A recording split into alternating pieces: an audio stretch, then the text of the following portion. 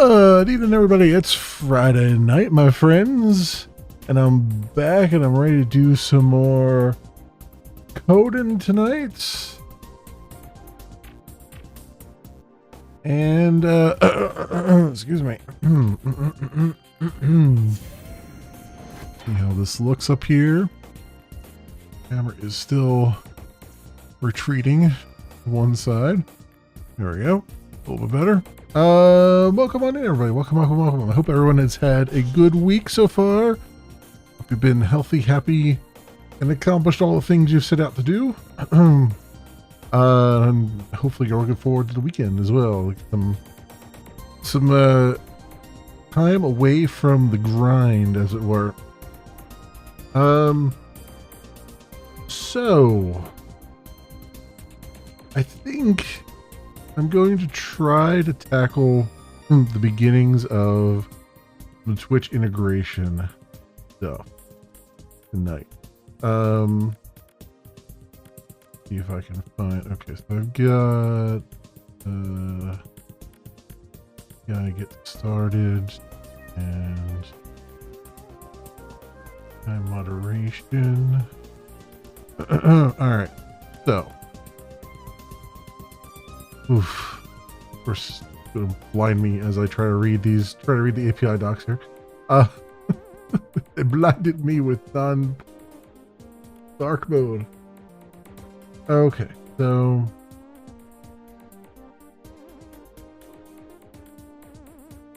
register your. Okay, so how do I get started?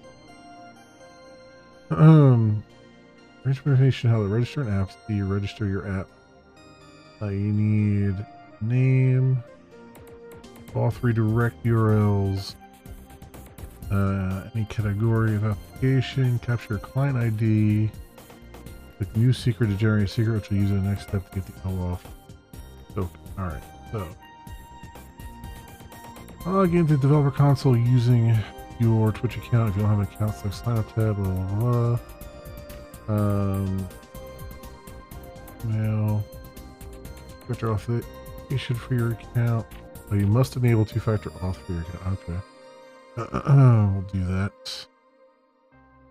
Applications tab. Okay. So, developer console. So, okay. So, I can log in with a Twitch account.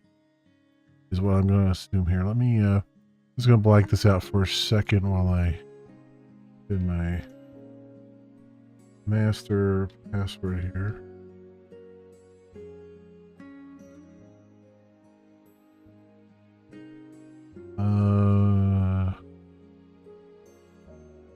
Okay. So I guess. Hey, Tech, welcome. Spent a bunch of money getting my wife's car alignment done and new tires, XLB brakes and stuff. So we've been traveling a bunch. One weekend I stay home. Oh, good. I'm glad you're traveling a lot and getting out there and getting around. That's awesome. But yeah, it is nice to have like a little break too, time to time. Cut the grass, fix your Jeep exhaust jet. Well, you know, hopefully you'll have enough time this weekend and still be able to kind of like chill a little bit too. That'd be good. Okay, let's if this.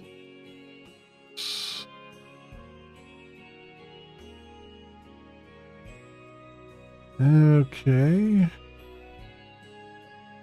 I'm gonna have to grab that code. Hang on here. Friends, have that open on another window. Go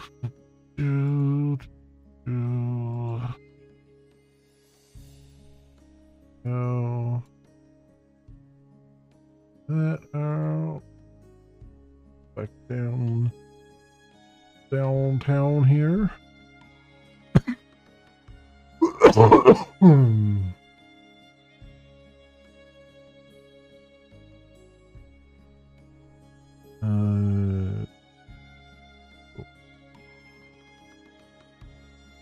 cool. All right, that works. Again, having fun, just a wife, and jump in a car and drive someplace and have fun. Oh, cool. Cool. It's always nice to just kind of like, just get in the car and just go somewhere and just kind of, you know, unwind, chill, have fun, you know. Yeah.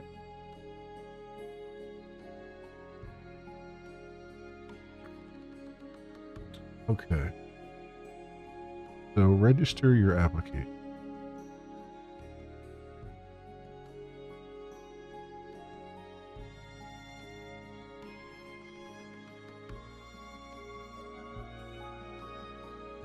Direct URIs must use HTTPS. Oh, it's a good thing I went through that process. Post 3.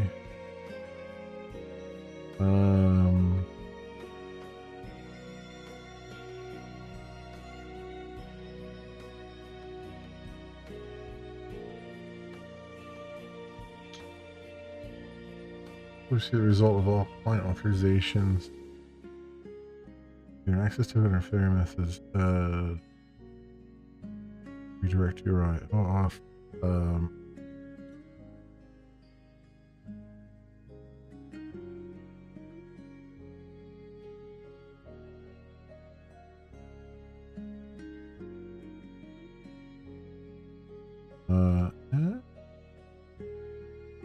All right. Category. Broadcaster suite, chatbot, analytics tool, application. Yes, this would be a broadcast. Yes, would be the what I'm working on. So I'll say that.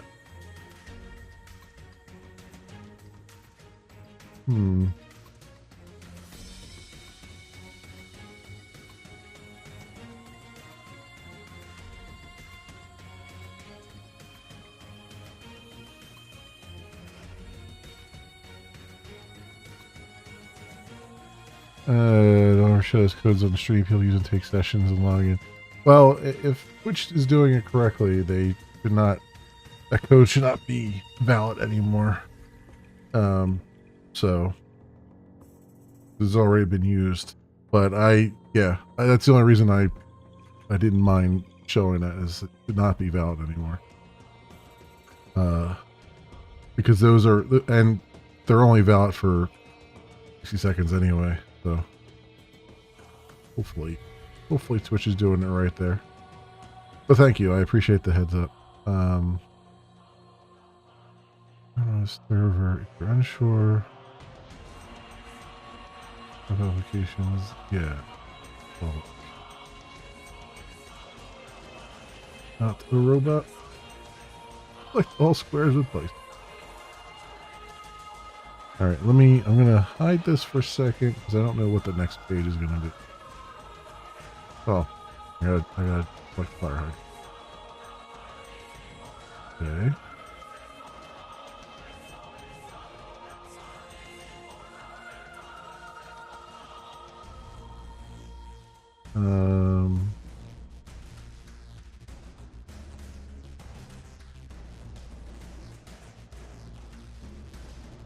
What's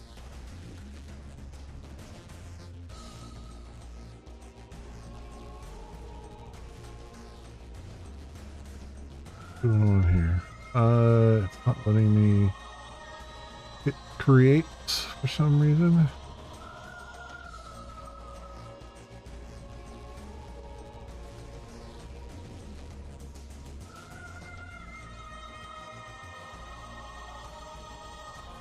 Oh, okay, because I hit add and it's like, oh no, you just want,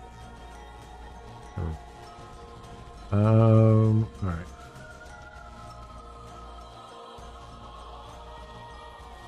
Oh, I gotta enable, let's be here. All right, hang on, folks, let me fix some things. I forgot they said, yeah, you need to start off to do this. So Do that real fast.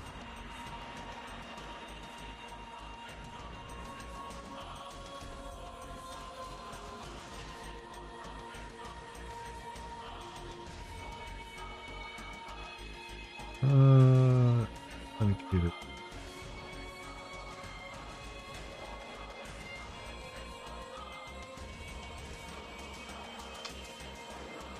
Really? They to enable two-factor auth now, they require you to give them a phone number?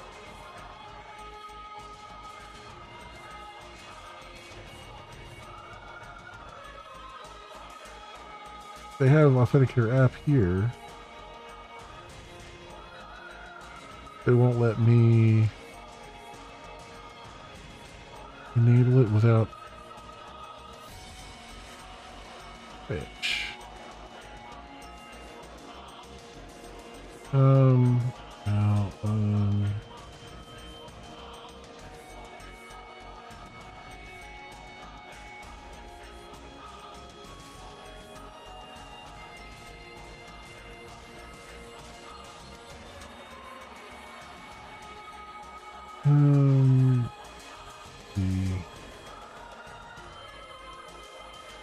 that's kind of BS. And BS, they require me to do this.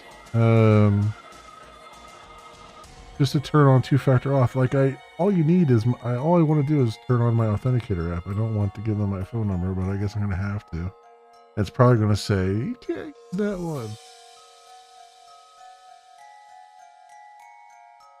Yep.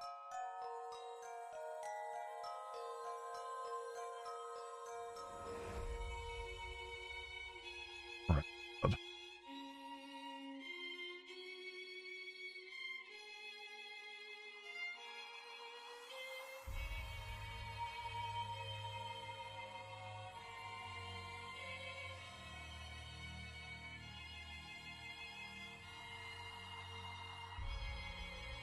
All right.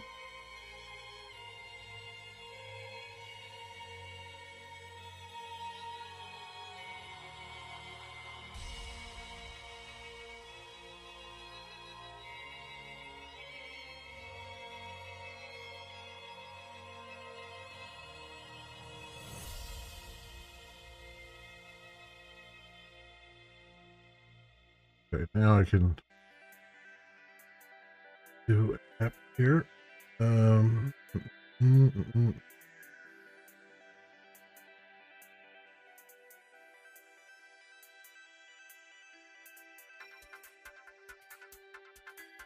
right, and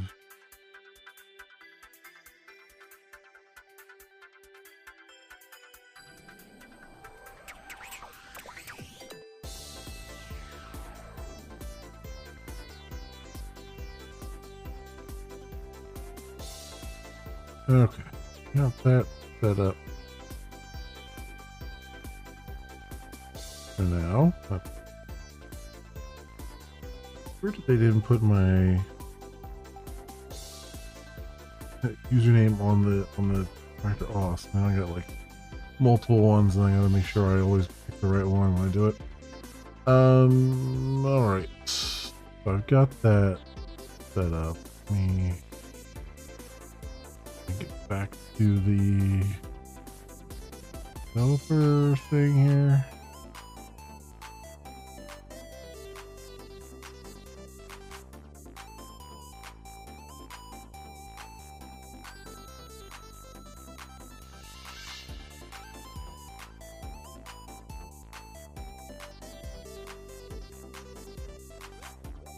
Log in again.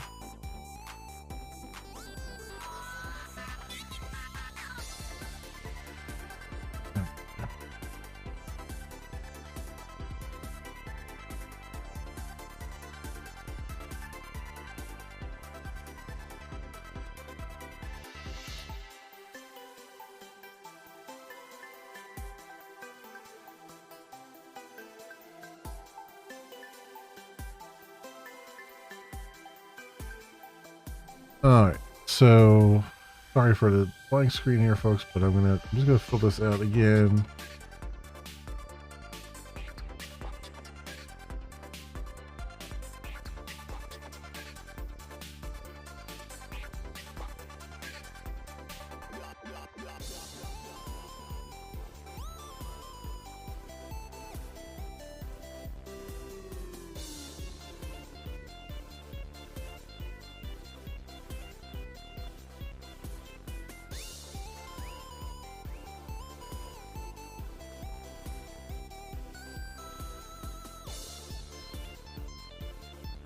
Okay.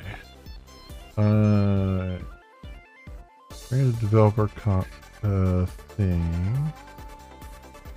So before I unblock the screen here, I want to have to copy out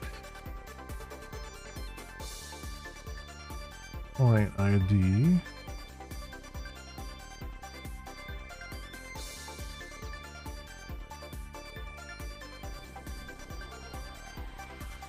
Alright, so where do I find... Aha.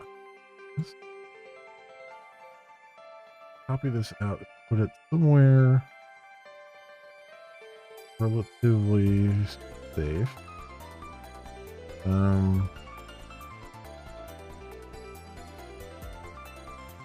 I have my...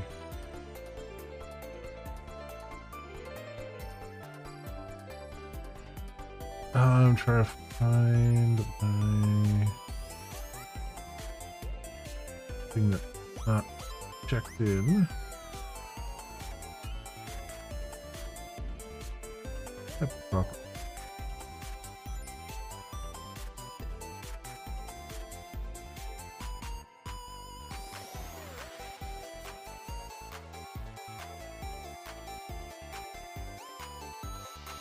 Not have one here. I guess I don't have one here.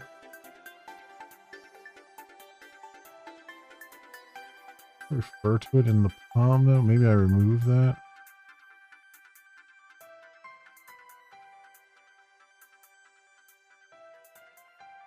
Oh, I must not. Okay. I moved it. All right, let's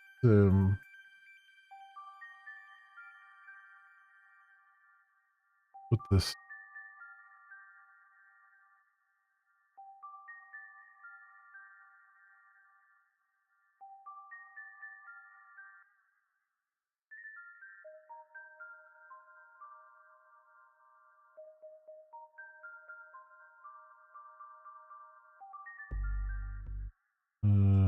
Oh.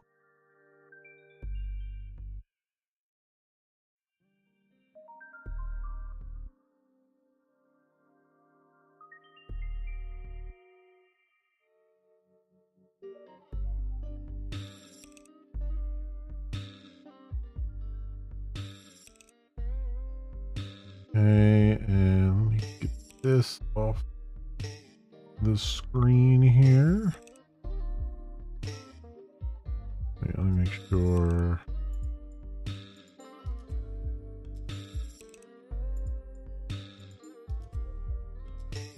Oh, I need to do.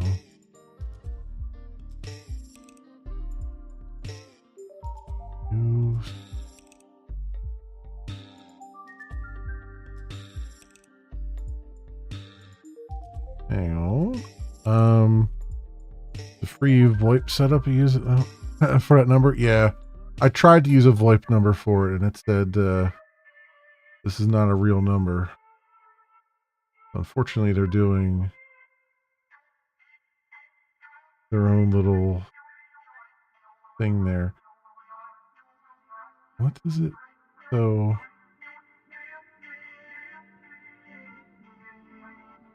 bring your app. You may need a client here, for example, the authorization code grant. You can use secret to generate a secret token.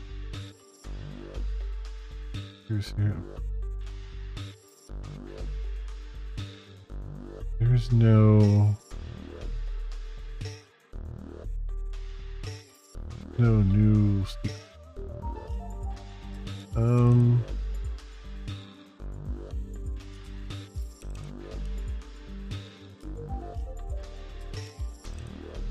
Okay. Yeah, I don't see a new secret, but that's a bit of a problem.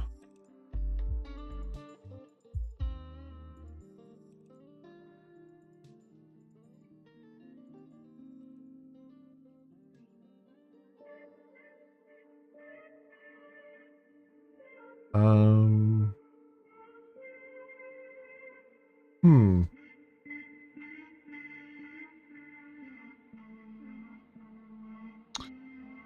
Yeah, that's weird. I don't see a new.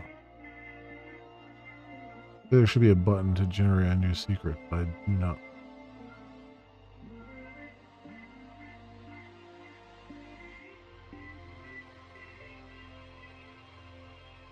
So that might be a bit of a problem.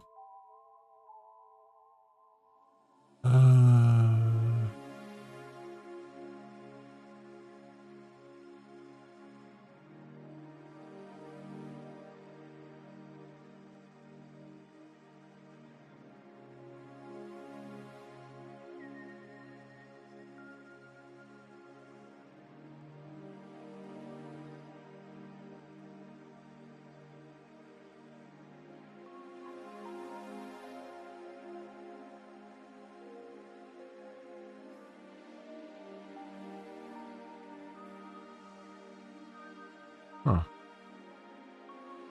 Well, I guess we'll have to go without it for the moment here.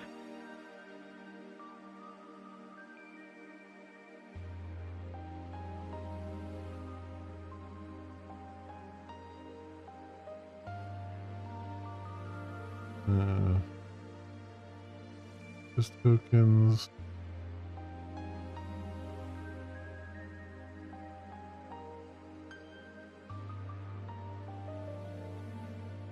All right, I can this back up again. Okay. So ID.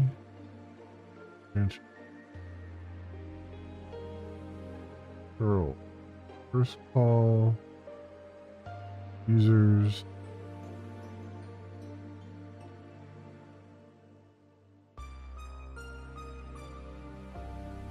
AI reference.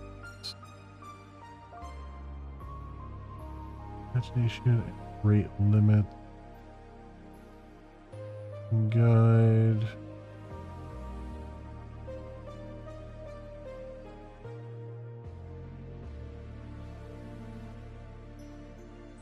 That as well.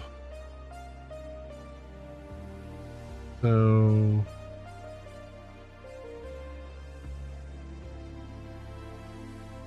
new type of token. Let's get an app access token since it's easier. My credentials grant flow.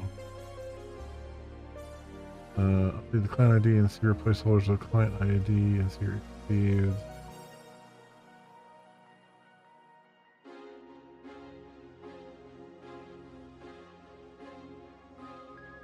Alright, so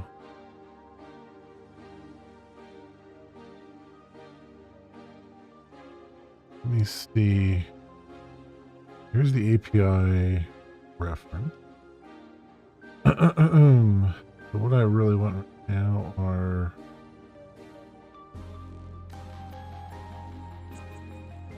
the alert. That message. Elements, games. Moderation.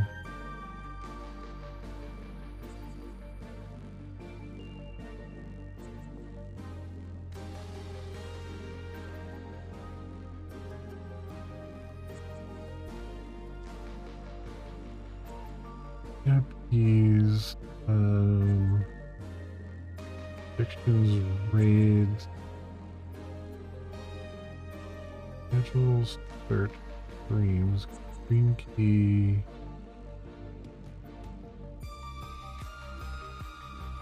markers, descriptions, tags, users. information about one or more users. User block list. Officer is blocked.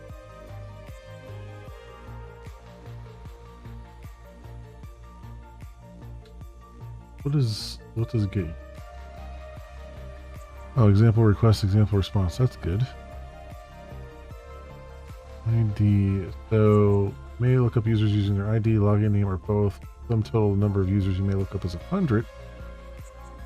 Okay.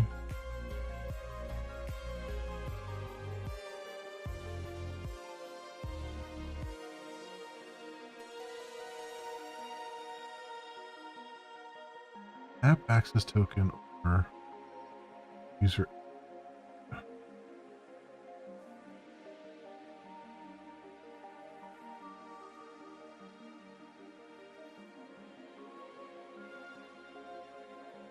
So, implicit grant flow token. Okay. Okay.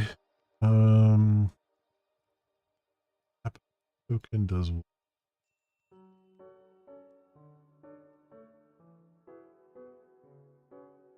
Access token if your app only calls APIs that don't require the users. Bank credentials grant flow. Okay, so implicit grant flow, which I think is what we'll be doing. Basically, just grab user access token, which is what we'll want because you'll want to log in as a user and then be doing things on behalf of that user. ID token, identity token encodes user identity in a JSON web token. It uses OpenID Connect client apps. ID token in place of user app access token. Calling.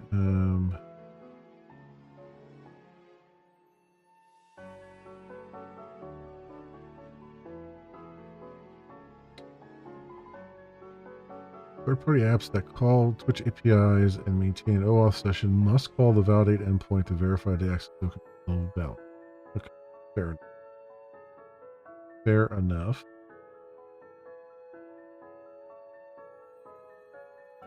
Tokens don't last forever. Access and refresh tokens and become invalid. Token expires. User changes their password. Twitch revokes the token. User disconnects your app. Token becomes invalid. Your API request returned. 401 unauthorized. Okay. When this happens, you'll need to get new access token using the appropriate flow for your app. But I'm guessing they're saying here really must call validate to verify an access token is still valid. So I guess on every, maybe not every call, but on most calls, I'd probably have to do a validate or the token. So actually probably have to do it on every call. Call validate and then call the input. Because I can't assume that the token is still valid when it hasn't expired yet. It could be revoked or user could disconnect it. So yeah, I guess I gotta make 2 calls every time. One to validate and then one to whatever endpoint I'm trying to hit.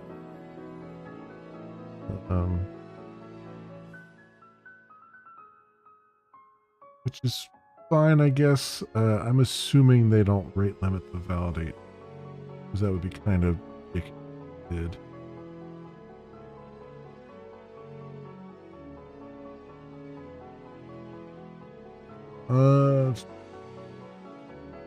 Okay.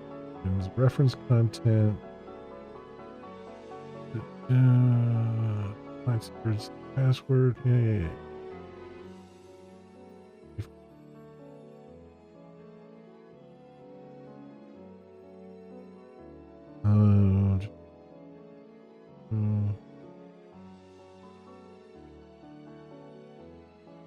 Safeguard them.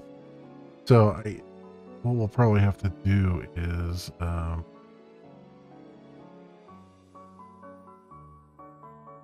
when I get an access token and stuff down, I'm gonna put the refresh tokens and all that stuff into the local database, but I'll encrypt them. I'll do a two-way encryption on them first. And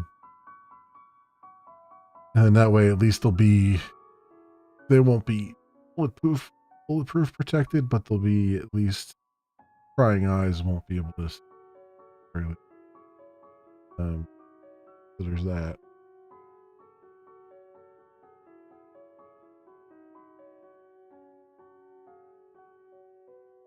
And it's gonna have to be a two-way encryption, one that I can encrypt and then one that I can decrypt, because I'm gonna have to decrypt it in order to send it across the wire. So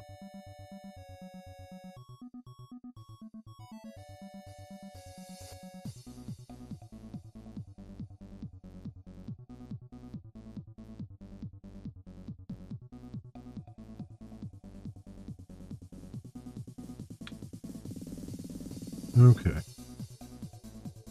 So authentication, I have placed. Register your app. I've kind of done that. Broadcasters, chat. What I want to see though is in the API here. Wait, where's the API reference?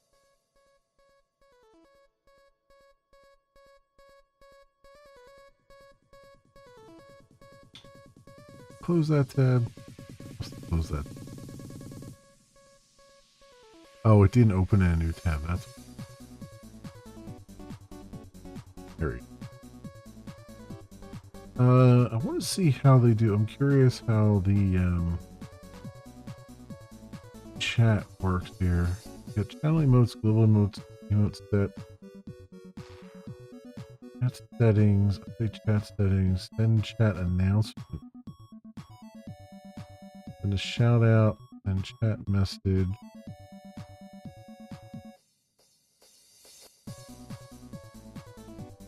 So this sends a chat.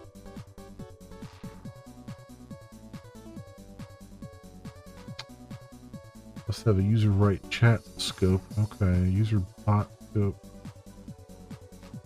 from chatting user and either channel bot scope for broadcaster or moderator status.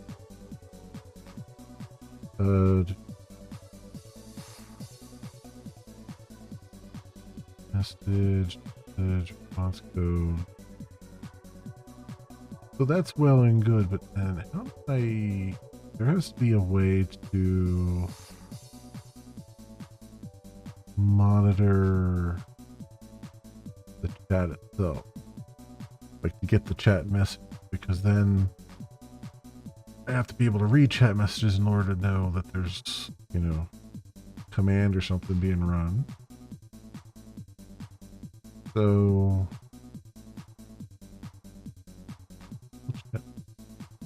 chatters. Guessing there's a different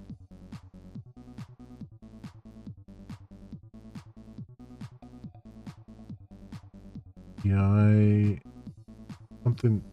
Yeah, there's gotta be a different thing for that. What about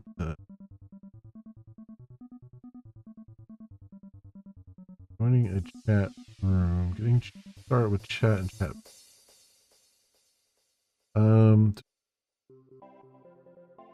This provides IRC interface. Connect to Twitch channels using a WebSocket or TCP connection. Bots can send and receive chat messages. For example, bots can provide simple reminders like get up and move or hydrate, or can perform Twitch actions like banning a user that can react to user input. Okay. So they just have a WebSocket that they've stood up. Twitch focus web package. This package supports both local clients and browsers. Okay.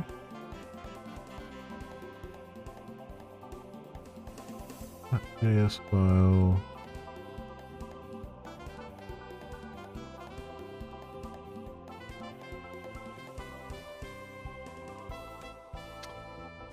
modify the configuration setting. Username, replace OAuth token with the password you want the bot to connect with. One of the following options get an access token. Running the bot.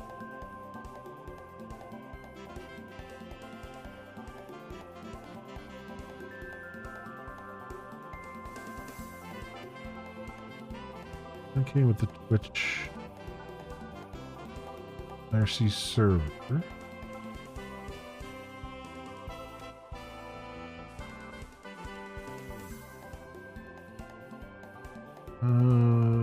Twitch chat rooms using WebSocket connection.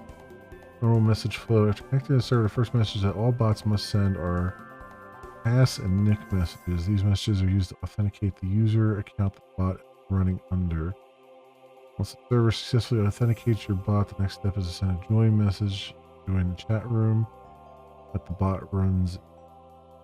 Messages your bot sends and receives depends on what your bot does and the Twitch specific IRC capabilities it requests. If the bot simply sends out get up and move reminders, your bot can mostly ignore all other messages from the server. To send a reminder, bot sends private message. If your bot responds to messages that users post in the chat room, your bot will need to read and parse the private messages that the server sends. The server sends a private message for each message users post in the chat room. For example, if your bot performs an action in response to a user command, it must parse the user's posted message to see if it contains the command. Okay, without requesting Twitch-specific IRC capabilities, your bot is limited to sending and receiving private messages. Requesting the membership capability allows your bot to receive join and part messages when users join and leave the chat room, or if your bot requests command capabilities, your bot can send private messages that contain Twitch chat commands like ban and unique chat. When you use Twitch commands, the server may send your bot notice messages or Twitch specific messages like clear chat to let you know whether the command succeeded. Okay. Then you send a part message to leave. Twitch IRC servers also send your bot ping message. Okay. Everyone's ensured your bot is still alive and able to respond to the server's message. Okay. Do ping pong messages. Standard 421 numeric message.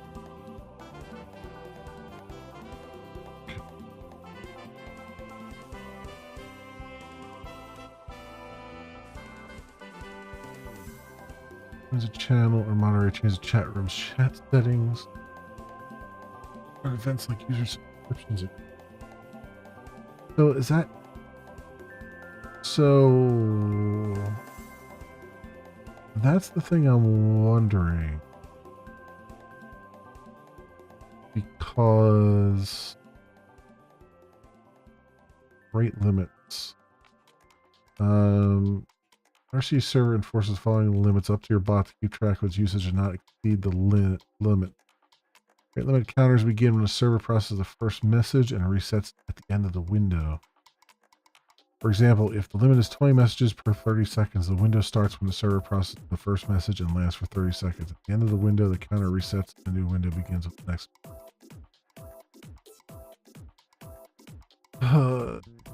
Rate limits for a number of messages that your bot may send. If you exceed these limits, Twitch ignores the bot's messages for the next 30 minutes.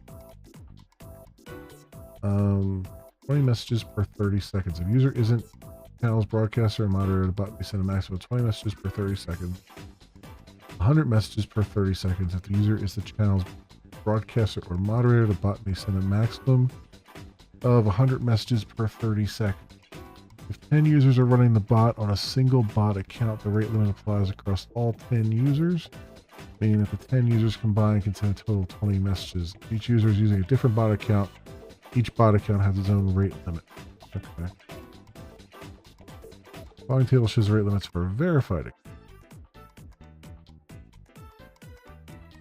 7,500 messages per 30. Bot is limited to sending 7,500 messages per 30 seconds across all channels. Means that the bot can send 10 messages per 30 seconds to 750 different channels. Okay. But what this is really saying to me is, and this is kind of what I was going to do anyway. There's not going to be a singular account from which the bot communicates. It's not going to be one of those like, you know, it's not going to be like, for instance, Restream or something like that, where it always comes from like the Restream user or Restream account. In this case, it's going to be whatever account you want it to come from. And I'm going to strongly suggest that users create an account just for the bot, and then the bot will just connect on that account and send messages only to your channel over that. And I think that's probably A, the safest, and B, the least likely to run into these limits and stuff.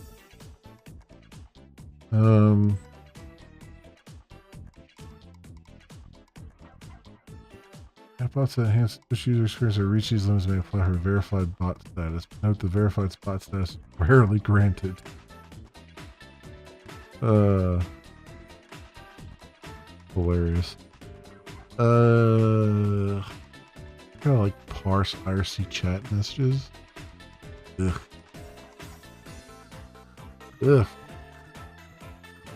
But what I was starting to say is, so it says here, user notice is one of the IRC chat messages that gets sent, and that is when you get events like user subscription.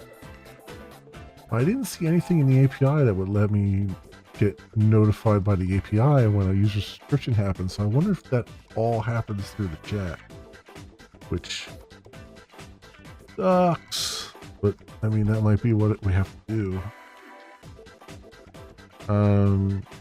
User knows sent when events like someone subscribing to a channel occurs. User subscribes to a channel, resubscribes to a channel, or gifts a subscription to another user. Another broadcaster raids the channel. A viewer milestone is celebrated, such as new viewer chatting for the first time. That's all through that one.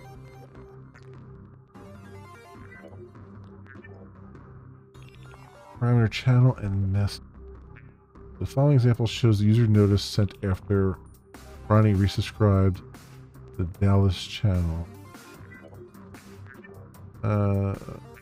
User notice, Dallas, great stream, keep it up.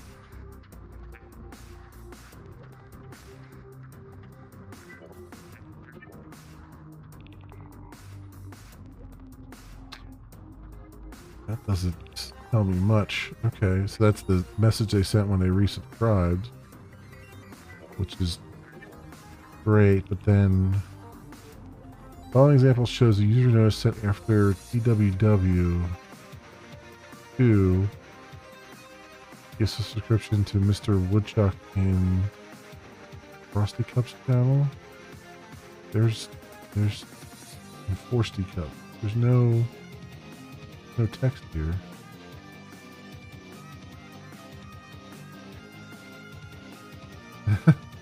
So, what?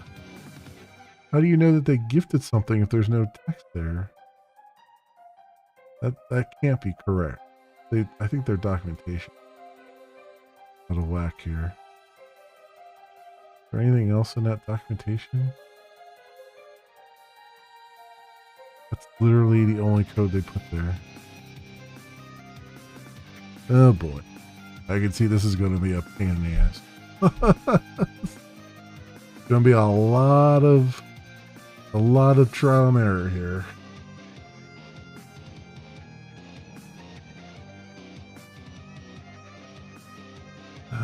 User notice message on its own.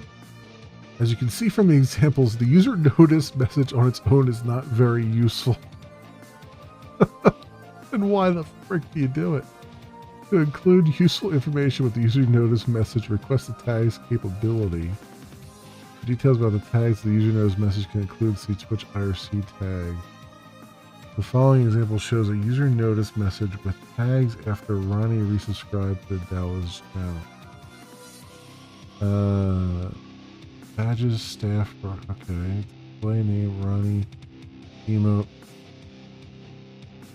Ronnie, mod, not a mod. Cumulative months, oh here we go. Param, cumulative months 6, Param, streak months 2, Param, good share streak 1, so share that they have a sub streak going on.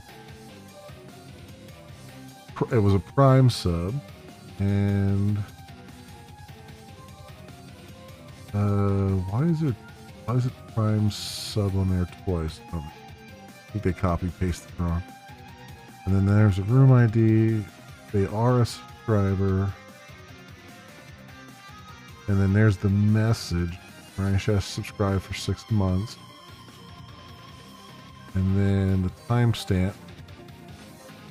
They are a turbo user. Okay. There's their user ID, their staff. They have the staff badge.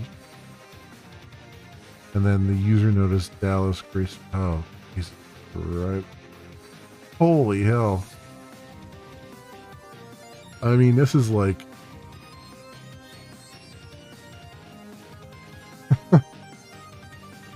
This is. I mean, this is pretty hilarious. Hey, Outlaw, welcome. This is pretty hilarious because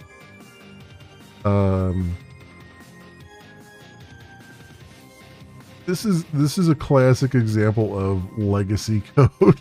Like someone was like, you know what? Why don't we don't have to write a chat thing. We'll just use IRC and we'll just hack the IRC messages so that we could morph them to what we need. And then, 11 years later, someone's trying to actually integrate with it, and it's just a freaking mess. It's 11 years of a mess. Good Lord. Holy crap. Like, this is what happens with 11 years of never refactoring. You get this shit. Oh my God. Ooh, it's just good enough. Like, oof. Is it?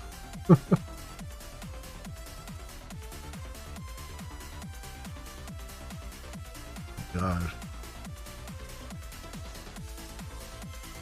Adding tags to user state message. The tags capability. Let's see what this said.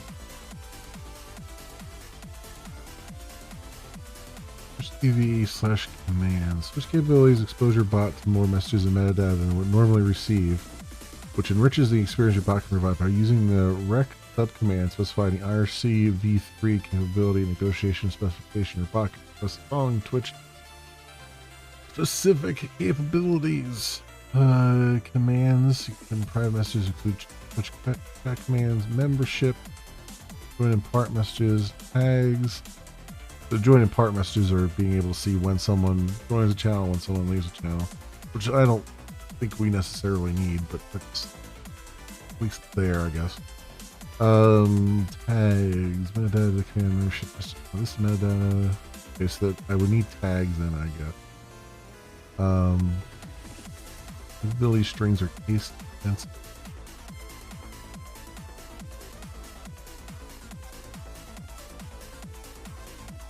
Much richer messages. Richer messages. Okay.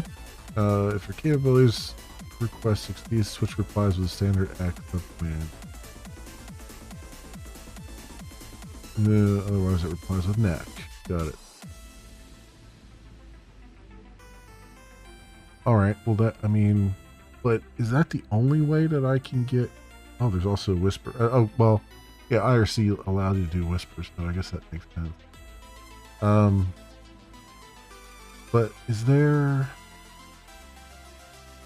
There's tag. User notice tag. Oh, here we go. Badge info, badges,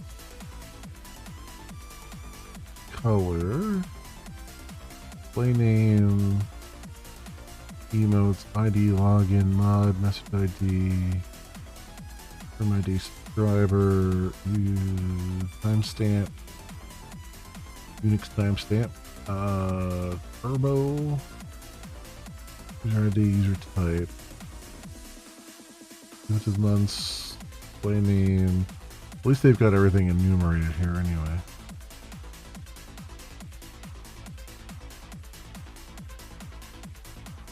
Subplan. Oh, so subplan can be prime, 1000, which is tier 1, 2000, which is tier 2, and 3000, which is tier 3. Okay. Viewer count included only with raid notices. Sub, resub, and sub gift. It's badge tier note. Tier of the bits badge and the user just earned. For example, 100, 1,000, or 10,000.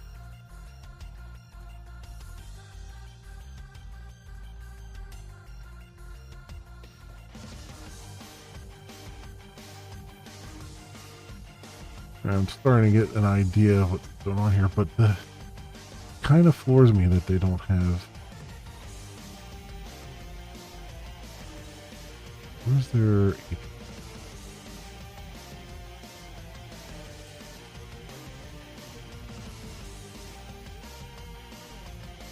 API?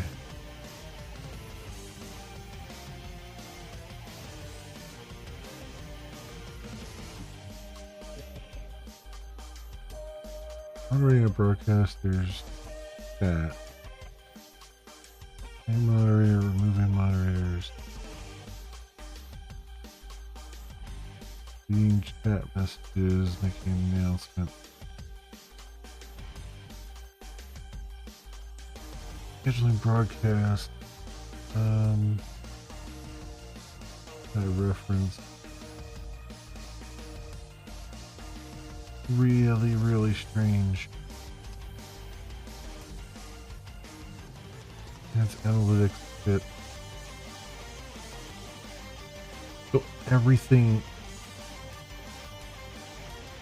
Oh, that's annoying. So everything happens.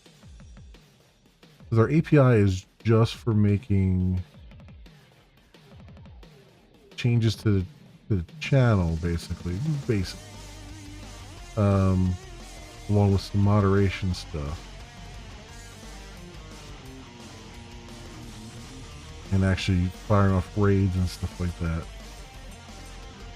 And then in order to get like alerts and stuff, I have to be listening to their IRC chat. Boy, that is such a janky setup. Holy crap, that is going to be a jank and a half here. Let's event sub. Here we go. This is more what I'm looking for. Event subscriptions let your application listen for events that happen on Twitch. When an event occurs for one of your subscriptions, Twitch sends you a notification. Okay. But wait, is this... Okay, these are webhook callback. Okay. Oh, well, I can't do web, but I can do WebStock. So, looks like they'll do it in WebStock. So, okay, so event sub is what I'm looking for. So this is... Broadcaster goes online, they get a new follower, they get a new subscriber, user cheered, user redeemed channel point. Okay. Now we're getting what I'm looking for.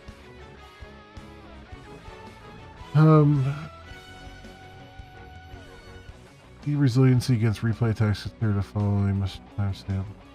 Handling duplicate events. Twitch sends event notifications at least once, but if Twitch is unsure of whether you received the notification, it'll resend the event. Under some circumstances, this means you may receive a notification twice. Twitch resends the message ID will be the same. Receiving the same message more than once is an issue. You'll need to track messages you've processed. The message ID field contains message ID. Already processed the message, don't process the message again. Your value in the message timestamp field isn't older than 10 minutes. Make sure you haven't seen the ID in the message field before. Okay. Guard against replay. So WebSocket. Wait, what is conduit?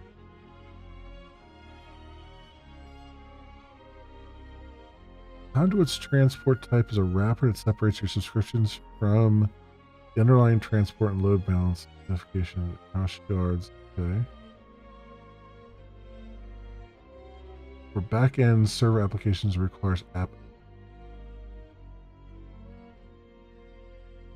Okay, that's really internal Twitch AWS stuff. Getting events using WebSocket. Connect the event stub WebSocket server. Grab your favorite WebSocket client library and connect to WSS event stub WSS Twitch TV WS. Okay. Optionally specify to keep alive timeout seconds query parameter. Just keep alive timeout values or hold integers between 10 and 600, which is seconds, 600 seconds. Okay. Keep alive timeout 30 seconds. Specifying it.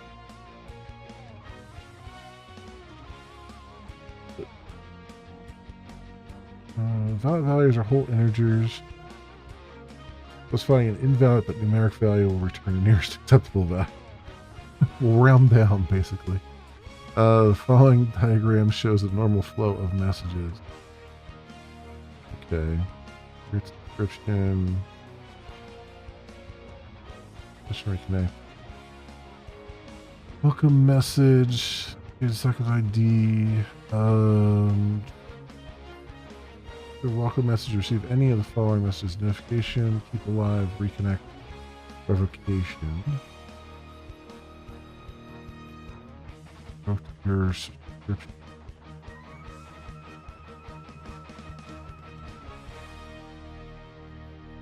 Revocation message is sent if Twitch revokes the subscription. The subscription object's type field identifies the subscription was revoked. The status field identifies the reason why. The user mentioned the subscription no longer exists. Notification status field removed. User revoked the authorization token the subscription relied on. Okay. Subscribe to subscription type and version is no longer supported.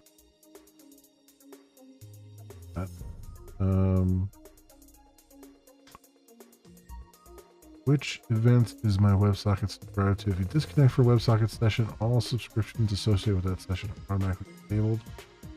If you create a new WebSocket session, you'll need to recreate the subscriptions that were in the disconnected session if you want to stay on.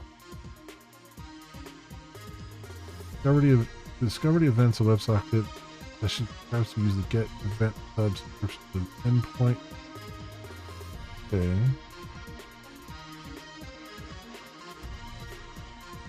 Subscription. Okay.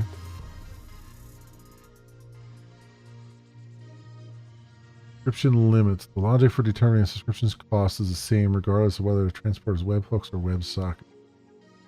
Following limits apply per user token, client ID and user ID 2. You can create a maximum of 3 WebSockets connections with enabled subscription. Reconnecting using a reconnection URL doesn't add to your WebSocket account. Each WebSocket connection may create a maximum of 300 enabled subscriptions. Enabled subscriptions don't count against them. Okay. The max total cost is 10 across all subscriptions.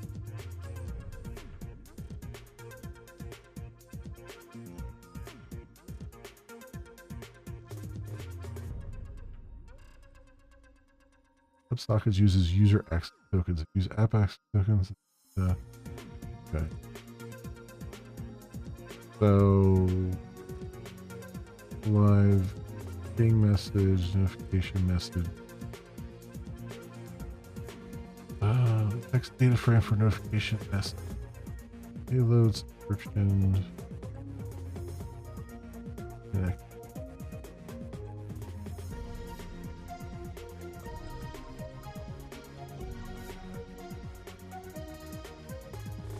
Subscribe to get near real-time notifications for list of events, the event subscription type.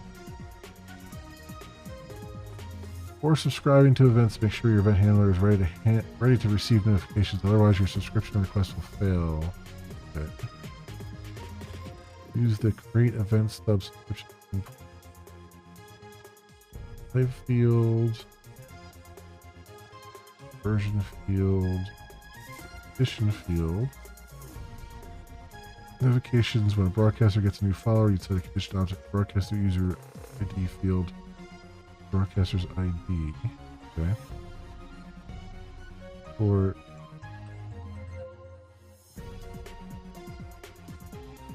using WebSockets, set the session ID field to the ID that the welcome message returned. Okay. Client ID, channel follow, version 2 condition, broadcast user ID, moderator, transport, back. Okay. The request succeeds, returns status code 202, and the response's body contains a JSON object that echoes your request. For webhooks, the status field indicates the state of your subscription. Status set to webhook callback pending. Verifies the callback. After which verifies your callback, it goes to enable. That's for webhook. Subscribing to WebSockets must use a user access token only. Okay.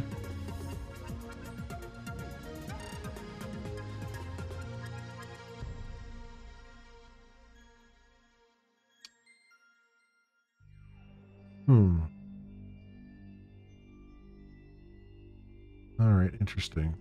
I wonder, I have not looked, but I wonder if there is some enterprising user out there who has already made a Java library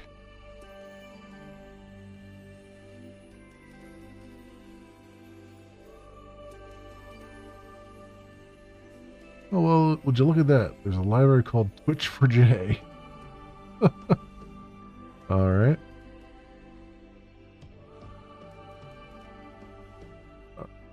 Client builder show you how to create Twitch4j.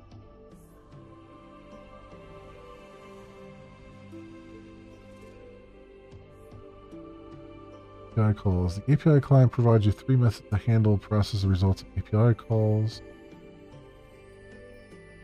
Client get Helix, get users. This will make my life a little bit easier. Execute any API calls synchronously with the execute method down there, or you can do asynchronous. Do them up. I'd probably end up doing everything synchronous. It's got reactive stuff. What the freaking do? Servers and stuff, whatever. Subscribe to the observable. Okay. So, wait a minute, getting started.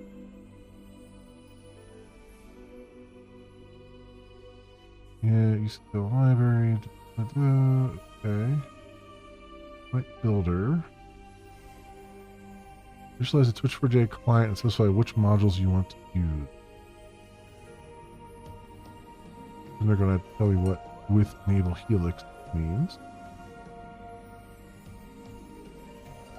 For client helper, the client helper aims to bundle some common code used by library users to prevent anyone from reinventing the wheel. That's good. Stream updates. There we go. Channel go live event, channel go offline event, channel change game event, channel change title event. Oh, this is beautiful. If this does all the heavy lifting for me, fantastic. Follower update. Lock credential. Client. Okay. Client builder. Off through credential. Off token here. Okay. Okay. Register for stream live offline category title event.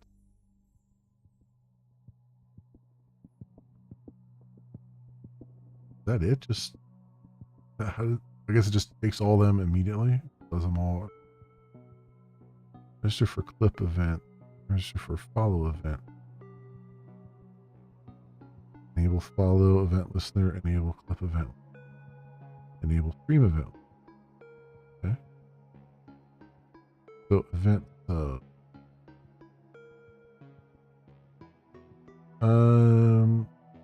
the library handles WebSockets for you, so this transport tends to be easier to use. Ooh. Ooh. Now you're speaking lovely, lovely stuff in my ear here. Webhooks, on the other hand, require more code on your end to establish a web server and keep the event subscription healthy. Okay.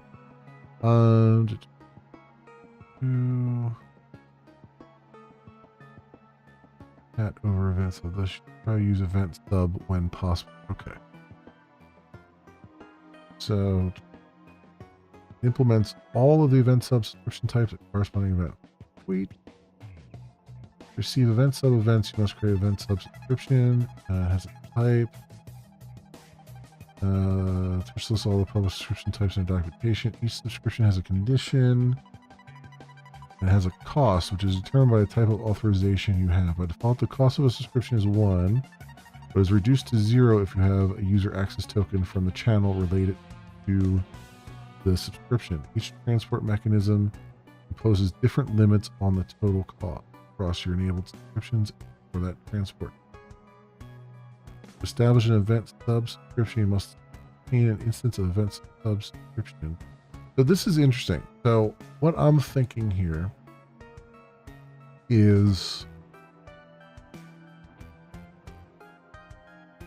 as I'm building out this integration, I think I'm going to have, like, I already plan to have it where you can have multiple Twitch accounts and multiple YouTube accounts. But I think I'm also going to have an additional flag that says, this is the bot account versus this is the streamer's account, and this is the chat account, which might be a little confusing for some of the users, but I think if I manage to explain it properly, I think they'll get it. Because basically what that means is, for all this event sub stuff, if you connect event sub as your broadcasting user, the user that you're used to broadcast with, to live stream with, then Twitch is like, all right, we're not going to charge you any API cost. And in this case, it's not a monetary cost. It's a rate limit cost.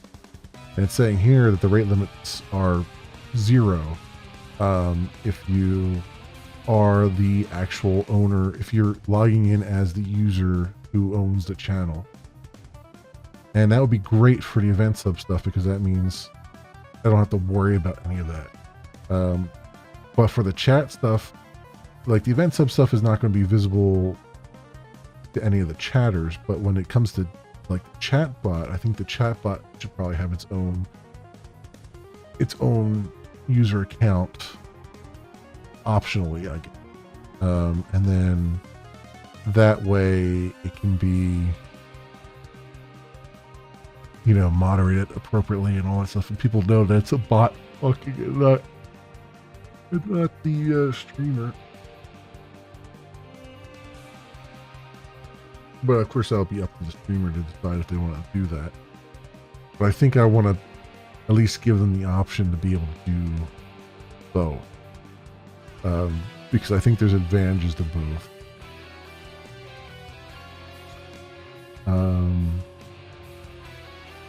Interesting. Okay. So this is good. That's all their event stuff. So then what is API Heal It? Being an application that uses the Twitch API, you first need to register your application. Client ID, some authentication flows also require a client secret. You can generate on the same page as the client ID. Yeah, it wasn't there.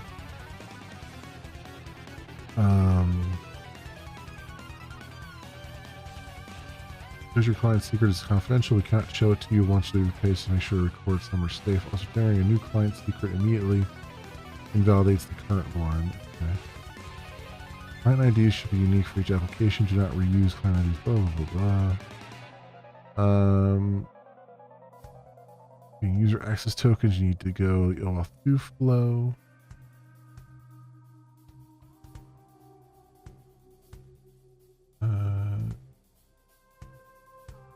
Use our website token generator. Use their client ID. The token will not expire.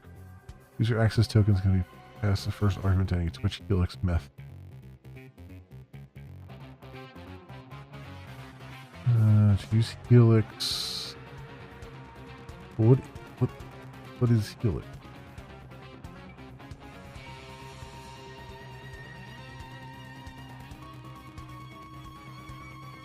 Games moderators. What's TMI? Oh, Twitch has decommissioned all these endpoints. Please migrate to the official Helix API. Okay, I got it. They have a GraphQL API. Is as unofficial as it can be. All right, we're not using that. Great. So Helix it is. Okay, got it. Analytics, so bits, gear mode, entitlements, clips, drops, streams, green tags, subscriptions, check subscription status. It's broadcaster subscriptions by user ID. It's their videos. Okay. That's all basic user, like broadcaster, accessing their clips and making clips and creating clips. And I wonder how you would creates a clip programmatically, returns both an ID and an edit URL for the new clip. We recommend you query get clips with the clip ID that is returned here. If get clips returns a valid clip, your clip creation was successful. If after 15 seconds you still have not gotten back a valid clip from the get clips, assume the clip was not created and retry. Okay. 15 seconds, eh? I guess this just does a 30-second clip. And that's it. Because if it's programmatic, I would imagine that would be the case.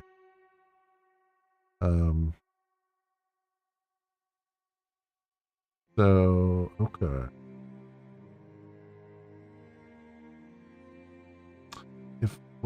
Has delay. If false, the clip is captured from the live stream when the API is called. Otherwise, a delay is added before the clip is captured to account for the brief delay between the broadcaster's stream and the viewer's experience of that. So, that doesn't make any sense. I mean, it does and it doesn't, right? This is like you're saying, all right, we're going to build in a delay to try to account for a brief delay between the broadcaster stream and the viewer's experience of the stream. But if you're clipping something,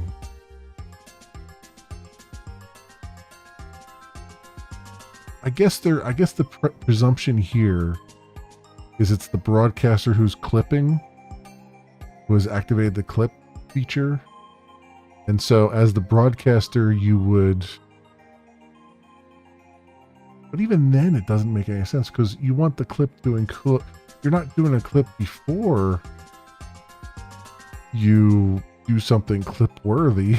You're doing it after you've done something clip worthy. So adding a delay in there doesn't actually make any real sense. So no wonder the default is false, yes. I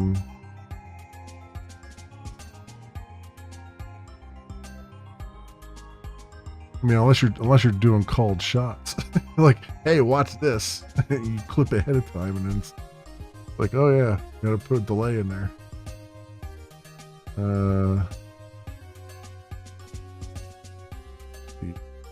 Game information by game ID or name.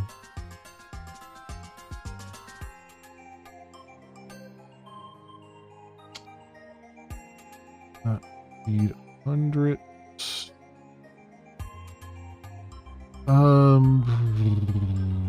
Let's see.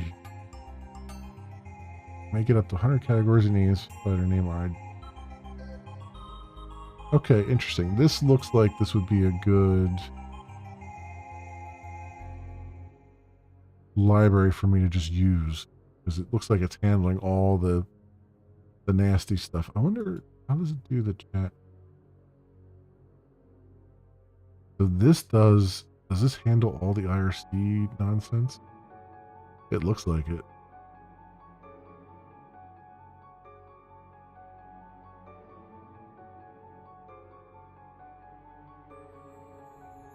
Yeah, builder. Join channel. Leave channel.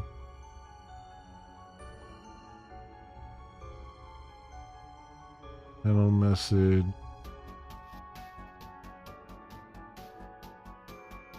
Oh, nice. The messages will go into a queue internally so we won't hit the rate limit. This could cause some minor delays when sending a lot of messages. It will only be processed when we're connected to Twitch.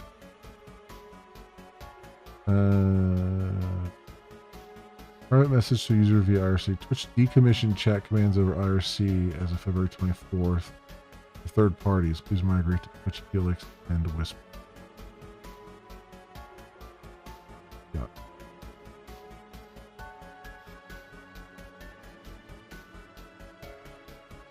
Well, this looks actually rather good. They've got a full Java doc too.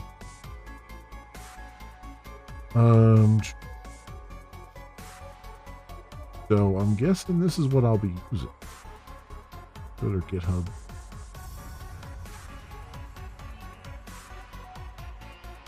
Yeah, oh, here's their GitHub here. There we go. Switch for J. It was just updated 2 months ago too. Cool. So it's actively being maintained. I like it. Got 15 pull requests as well.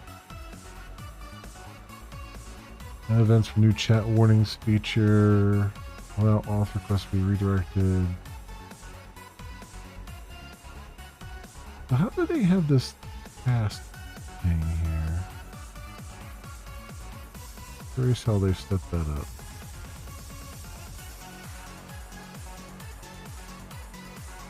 It must be because it's linked to something and oh yeah, they got a project. Or not. Yeah, roadmap. Ah, that's how they have it. Okay. Just client helper class. Ah, okay. Okay. Mock API authentication, HTTP implementation for 2x, 3-factor project, 2 solutions, modularity support, credentials should be auto refreshed.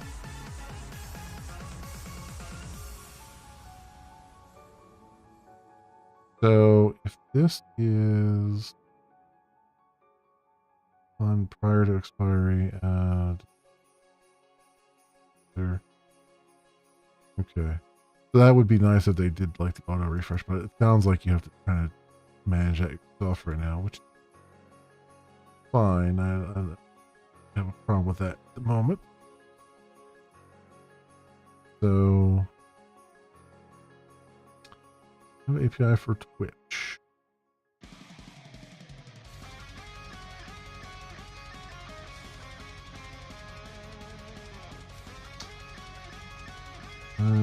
Project modules.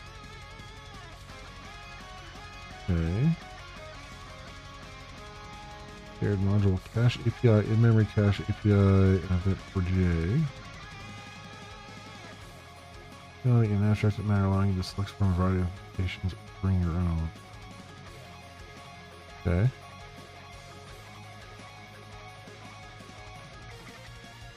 Discord server, contributing, released under MIT license. Okay. The latest release is 1.20.0.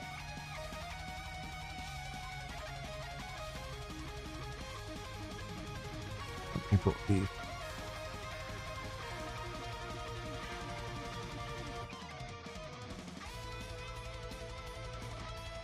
Well, that's good. I wonder.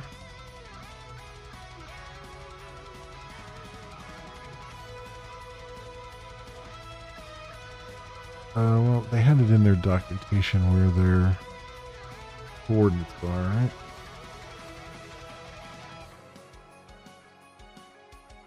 Yeah, GitHub, which for J,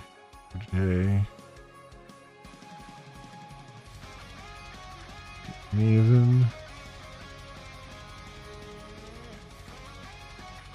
Pull this down. Let's pull this down. See what we got here. Where's my file at?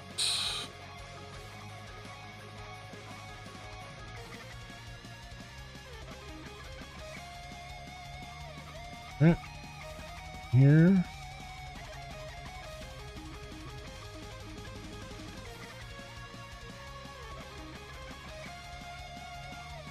Move this up top.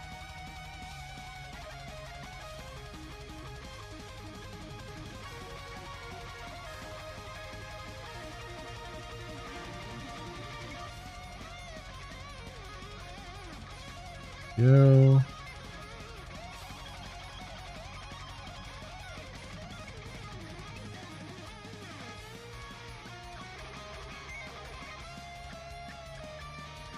All right. So I got the J there, but then anything else?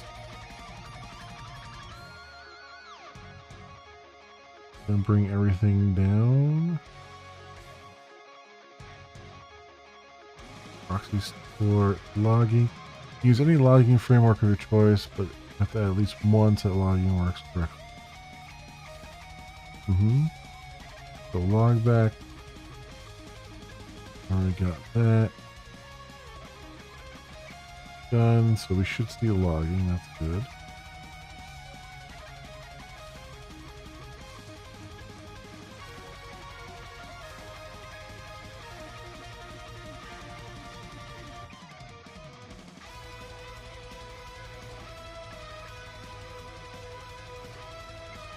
Okay, so it all starts with the Twitch client build.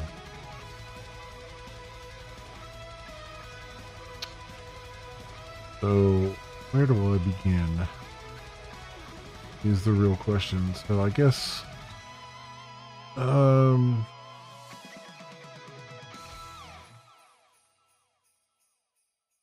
Twitch client builder, which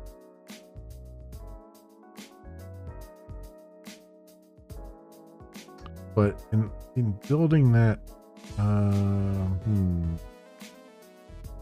give it credentials building it.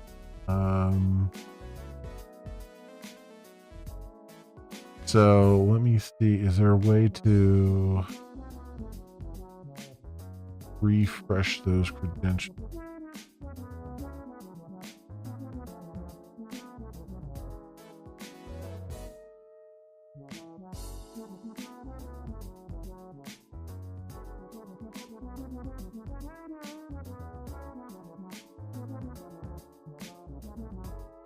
Filter. Okay.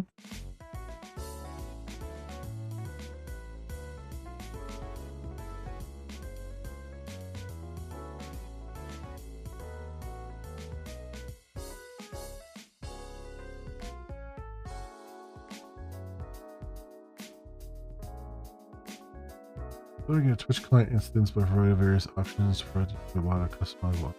Okay. What is that? So we got rate limit, limit activated, A builder.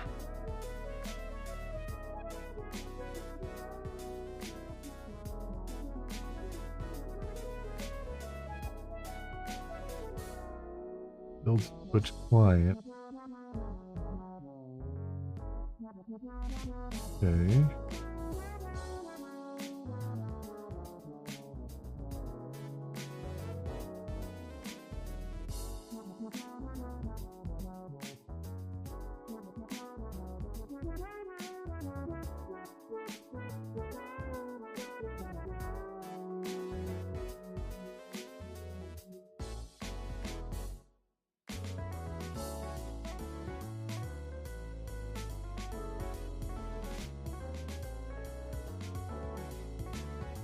So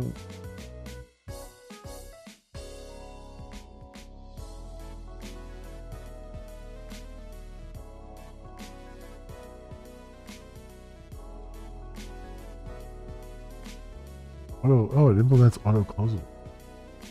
Okay. That's actually pretty good. But what is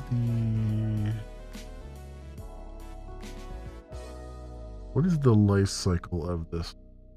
Like, can I keep it around? Or are you supposed to just build it every time you want to do something? That doesn't seem right. I think it's something you can keep around. But then again, how does that work with the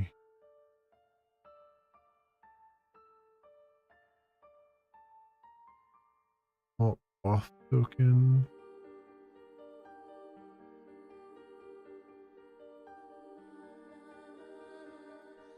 Client secret. First party token. Alt token.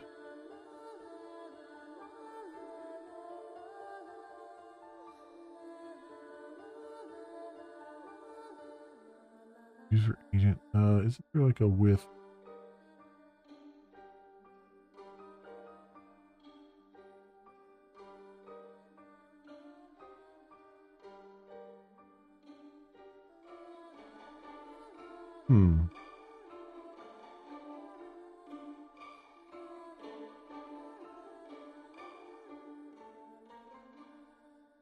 Oh, auth token for Helix API request. Not really helping me. I guess it. Well, I guess that would be a user token then.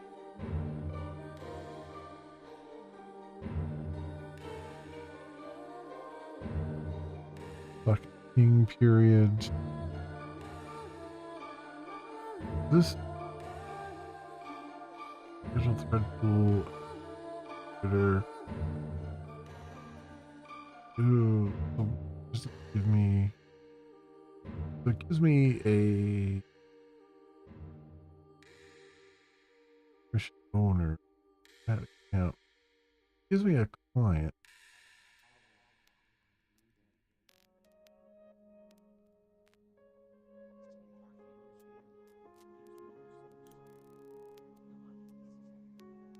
Client help. What does that have? What about there? Enable. Okay. Cached information. There's channel stream status follower. Okay. Switch Helix.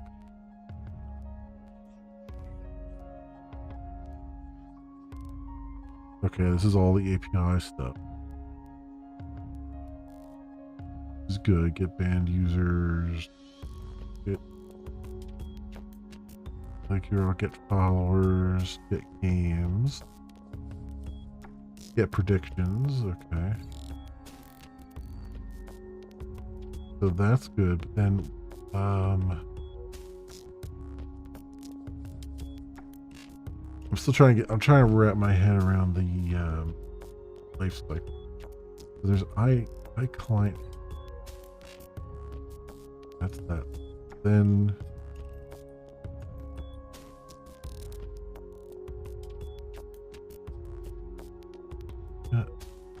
which client?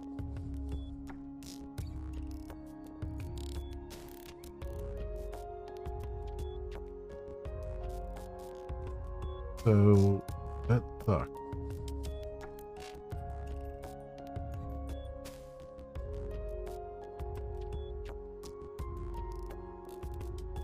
Do they not have that in the documentation? Like,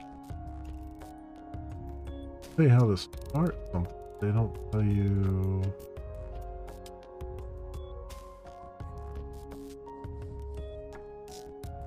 Event socket.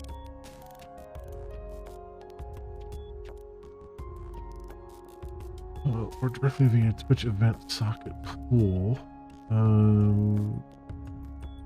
If and only if you pass user access token in the module builder, you can utilize the register without specifying the token again.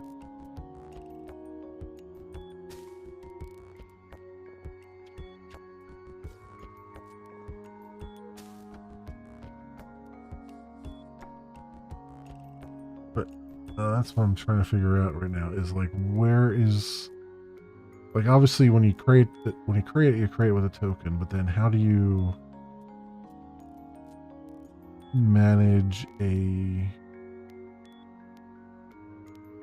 does it have to fail before I can then say, but then how do I set a new token on it?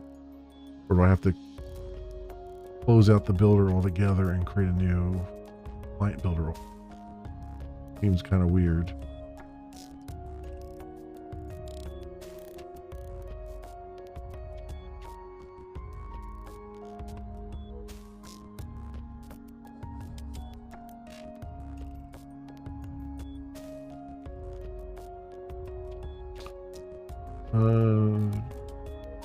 Just by both. Library automatically generate app access token. Follow event, you will need to specify a user access token or monitored.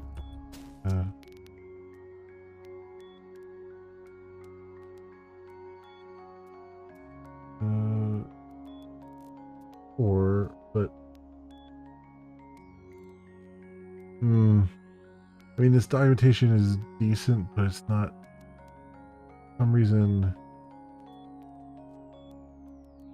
The credential manager. You want to use credential manager to store and read OAuth 2 tokens. Build a credential manager yourself at Tested Builder. Okay. Most users don't need to manually create a credential manager. Any provider module.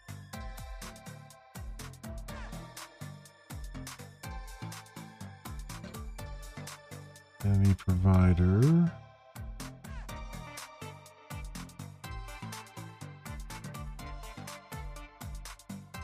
Doesn't tell me what do I gain by creating my own credential manager.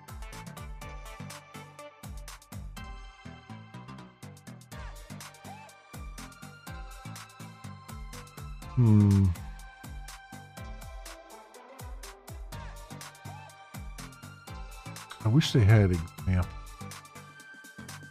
Do they have any examples on their GitHub?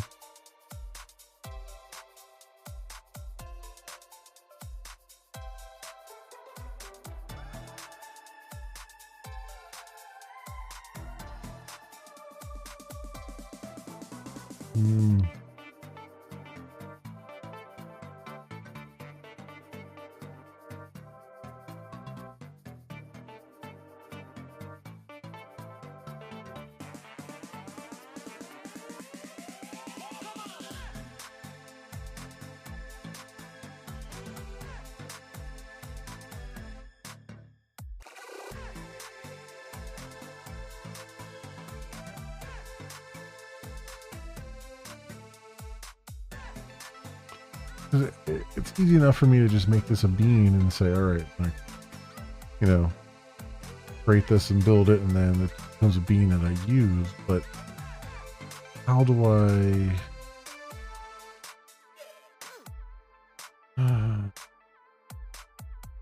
like, how do I maintain, like, actually, like, right now they don't, like, you have to have your OAuth application going, So if I get a new refresh token for whatever reason, how do I provide that then to the library to say, here, use this now? Don't use what you had.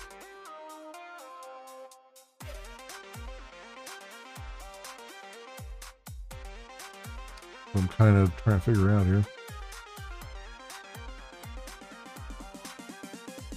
Yes, the best thing I can do, I mean, I don't see anything in the job.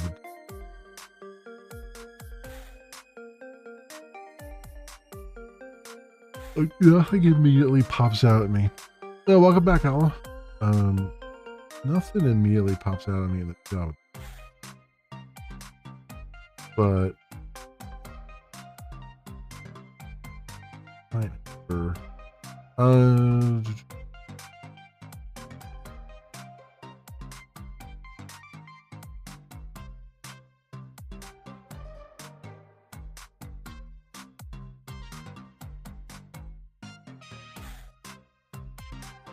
then I guess, well, so Twitch client builder gives me a Twitch client. Is there a credential manager attached to this guy? No.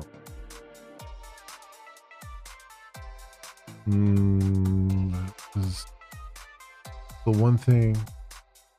Oh, they're using Bucket for J for their rate limits. Yeah, okay. I've used Bucket for J before.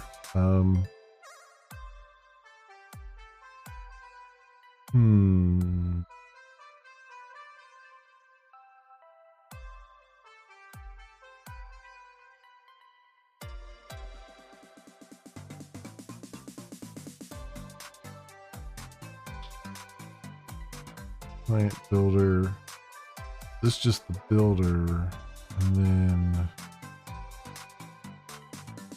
I feel like in order to do what I want to do, I'm going to have to do with credential manager and provide one. So credential manager. So what is the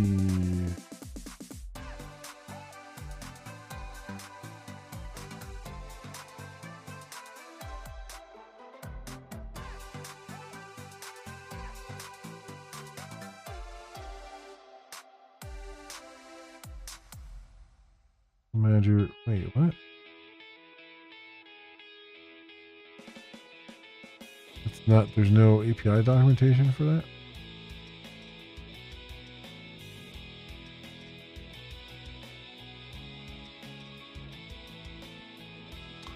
There's a credential manager builder. I'm doing pretty good. You know, no complaints. Everything's going well. Trying to wrap my head around which stuff here.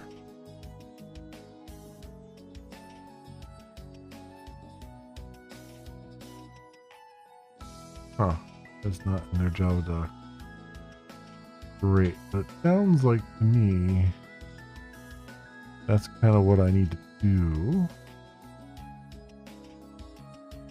Because that way, because they're not managing the credentials themselves, they're not refreshing tokens correctly.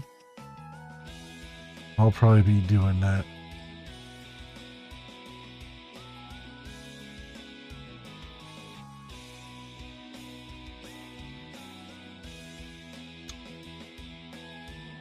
But I found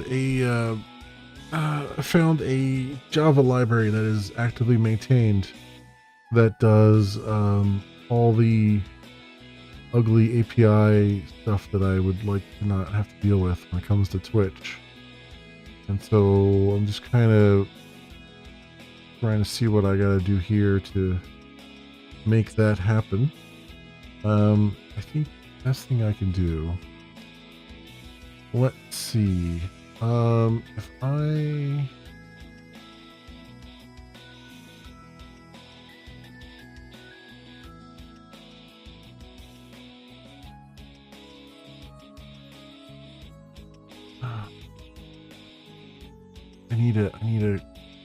I can't really, can't necessarily do a beam here because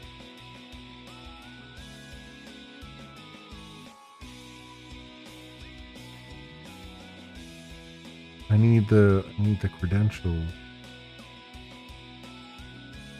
in order to create the builder, credential builder. Which I guess technically I would have to an extent. I would have to do my own call outs to get it, I think.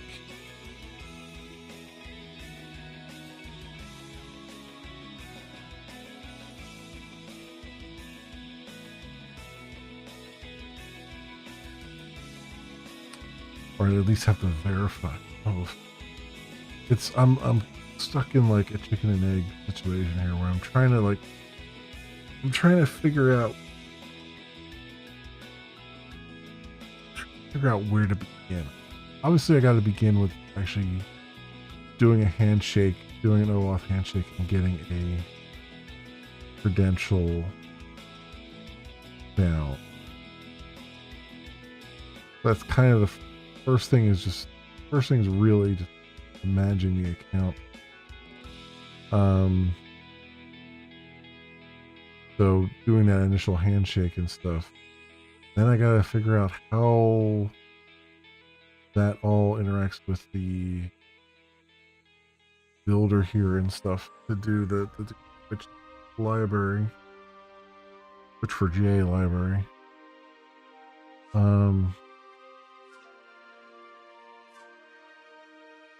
I'm just kind of like,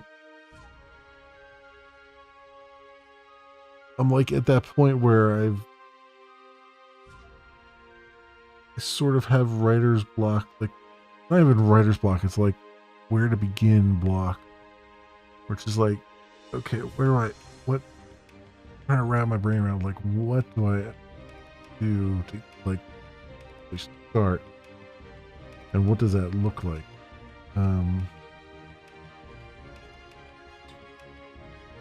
I guess first things first is do a new package here, and it'll be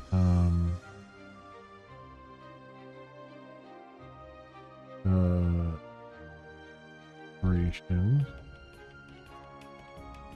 quit.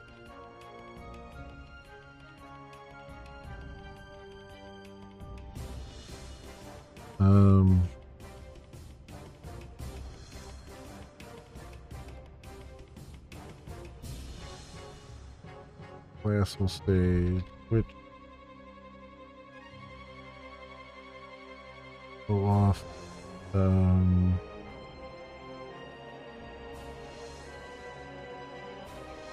Service, I guess for right now.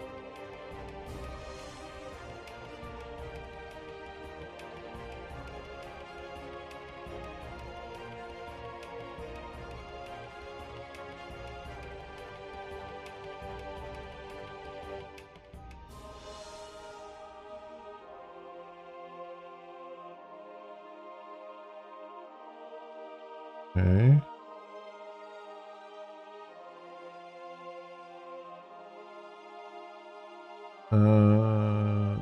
Import that. Okay. Obviously, I need a controller endpoint to handle the exchange of token.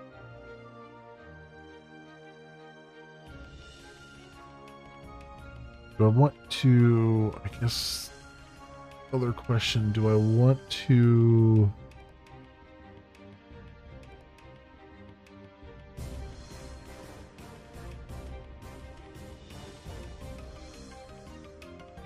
use just an OAuth client to just do this, to do the nasty details and not handle them myself? Part of me feels like that would be the case. I don't want to. I was thinking about like using Spring Security to do it, but I don't need the Ring security goes a little too far with it. Like I don't need, we're not authenticating users to be able to log into this application. It's more like we're authenticating integration stuff. So it kind of goes a little too far, but I wonder if there's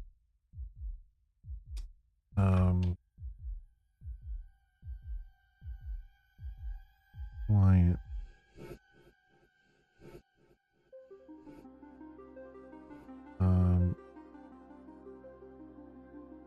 for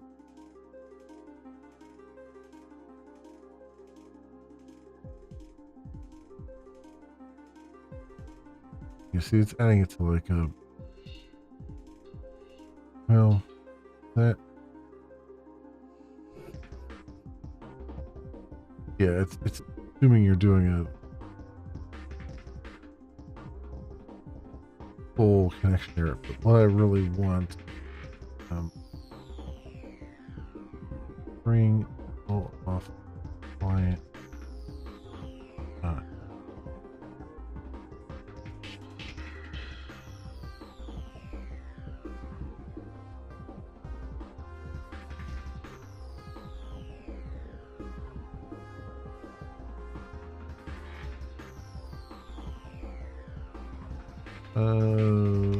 What's this part? My client.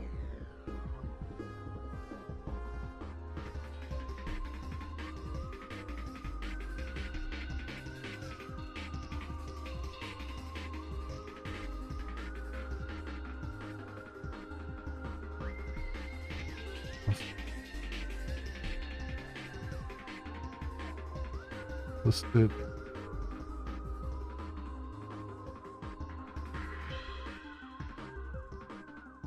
Listed flow.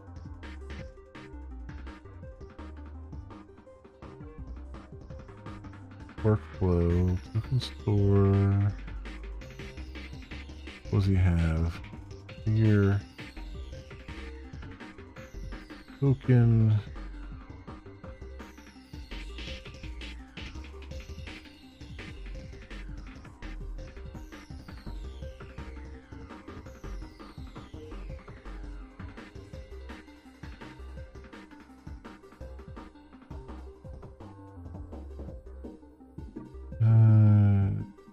Position URL, set a token URL.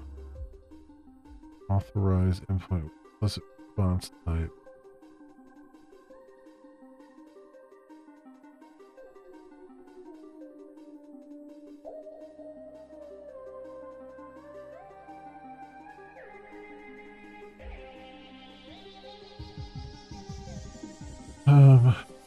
Now I'm trying to.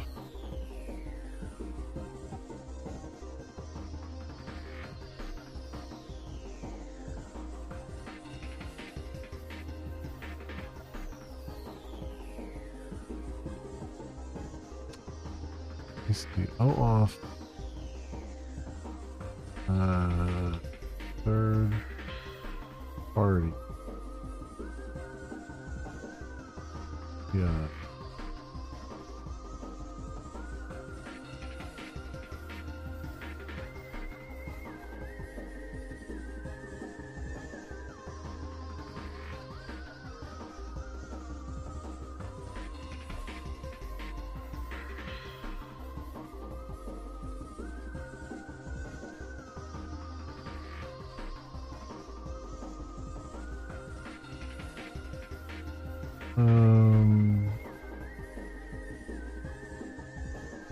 First token.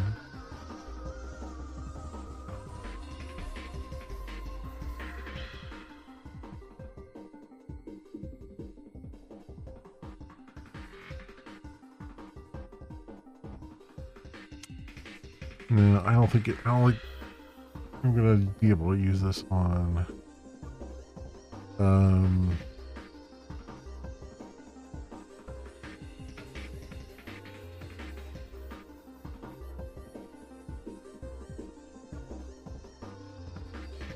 Yeah, I don't think I'm gonna be able to use this on the with with Spring. I just have to kind of do my own, roll my own thing here, I think. Unless there is a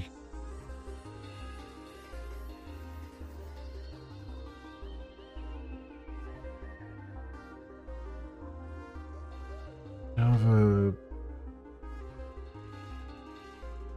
Oh, do sorry.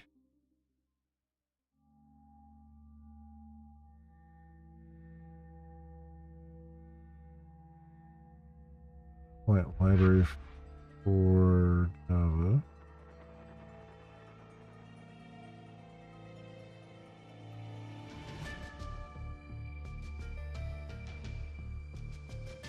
Google. Oh, we'll get into that at some other point. OF library for Java.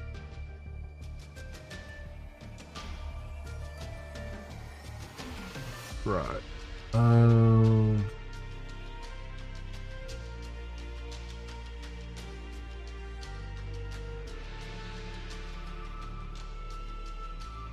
ID, figure it, and pull off guy. Okay.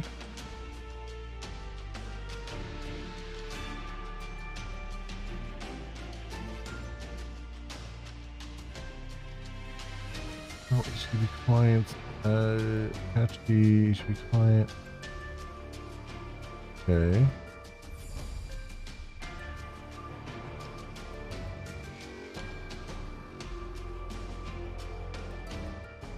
Framework.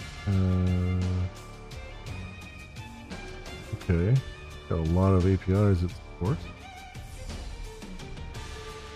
Decloak.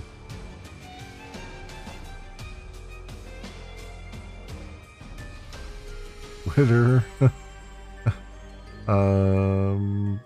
Tumblr, Trello. Okay.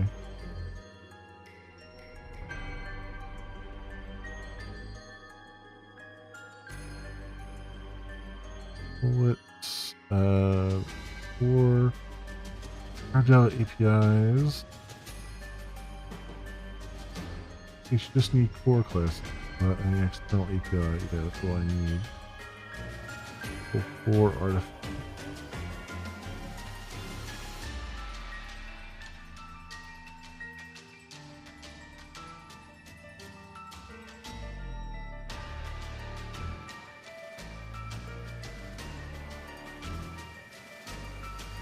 Okay.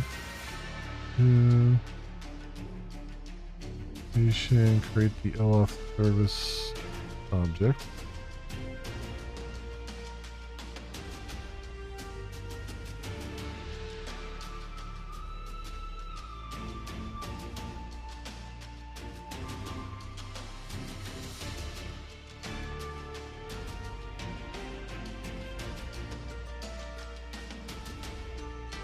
Request token, make a user validate your request token.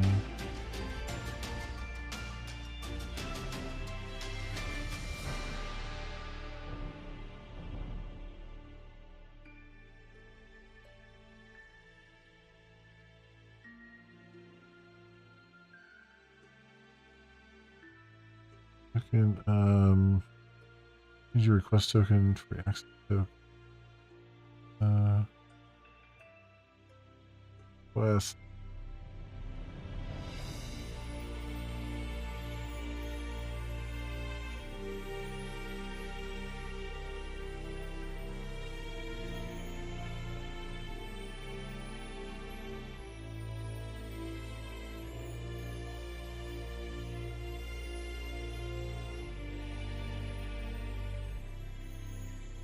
Oh, I see. So they can do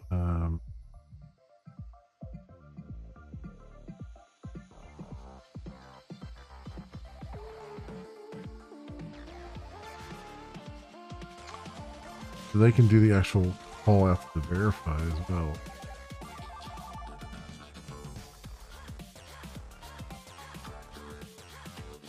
But don't.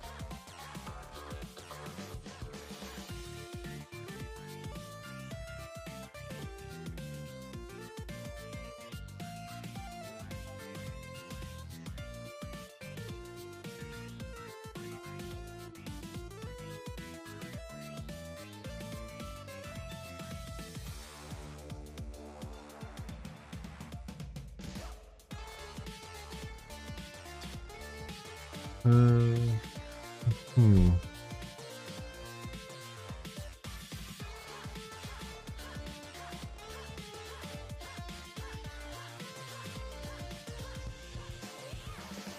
API. For OpenID Connect providers. I don't.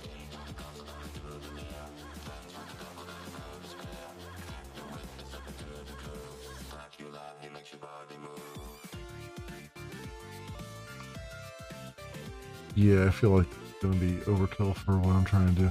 And this doesn't. The problem with this is it doesn't.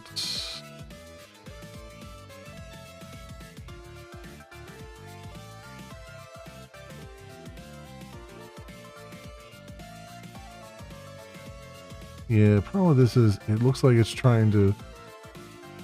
It looks like it will only work against these endpoints.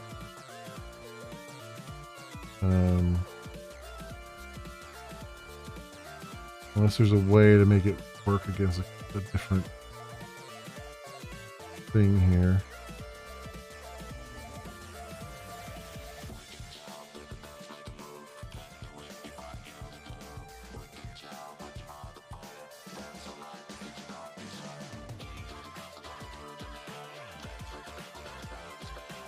Constant OV.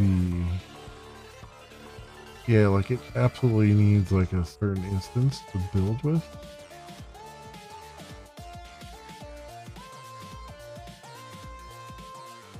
Which is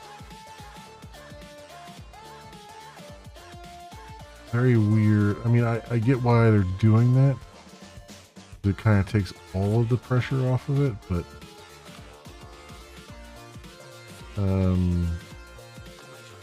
doesn't really give me a way to kind of, if you want to do something that isn't there, it's gotta implement. It no longer helps you. What it seems like. Alright. Well, that's fine. So I guess I'll just have to do it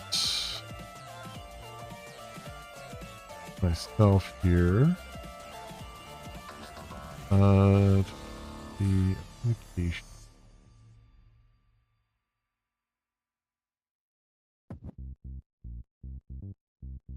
So there's they had a Node.js node example.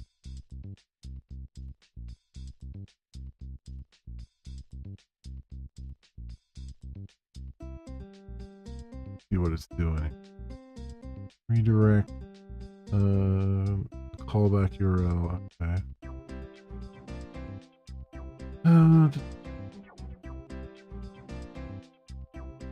URL.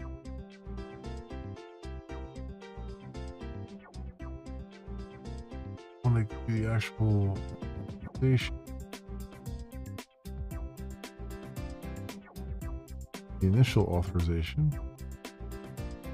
Okay, so authorization URL, token URL, and the callback. Client ID. Okay.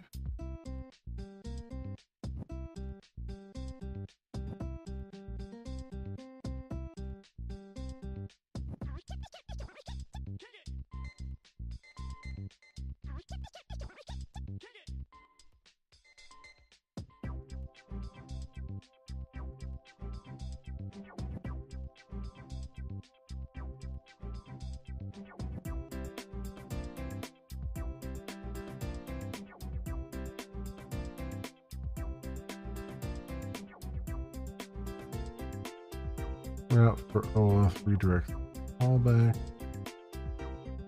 Authenticate. Switch S redirect failure redirect.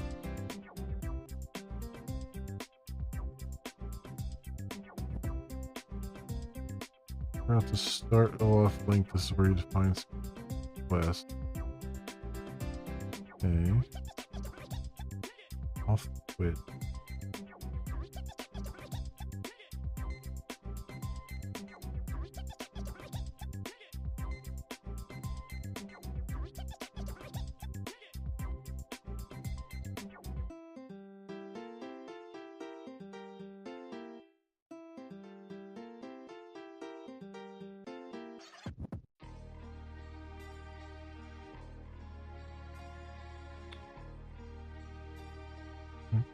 Okay.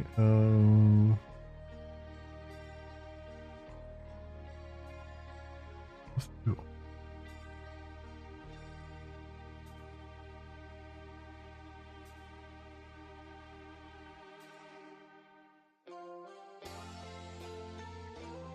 And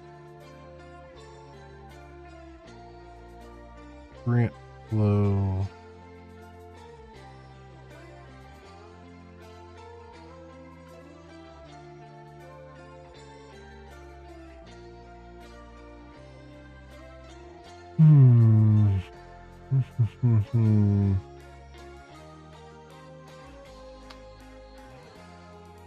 Okay.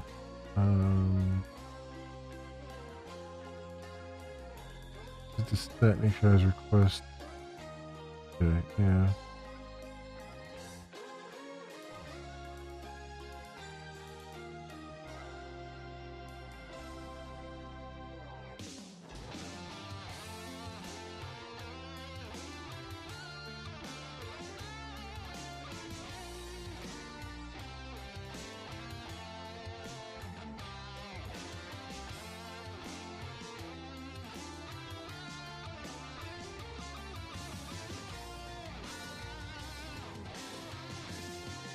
So implicit grant flow. Oh, here we go. So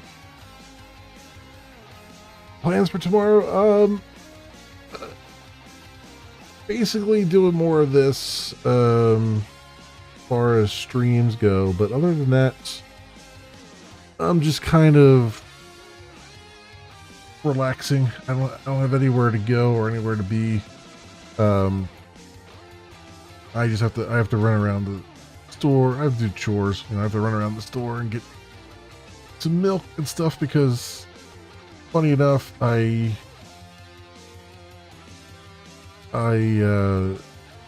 tried to DoorDash. I had the DoorDasher go to like the Wawa near me and try to get like milk and some, and some water. And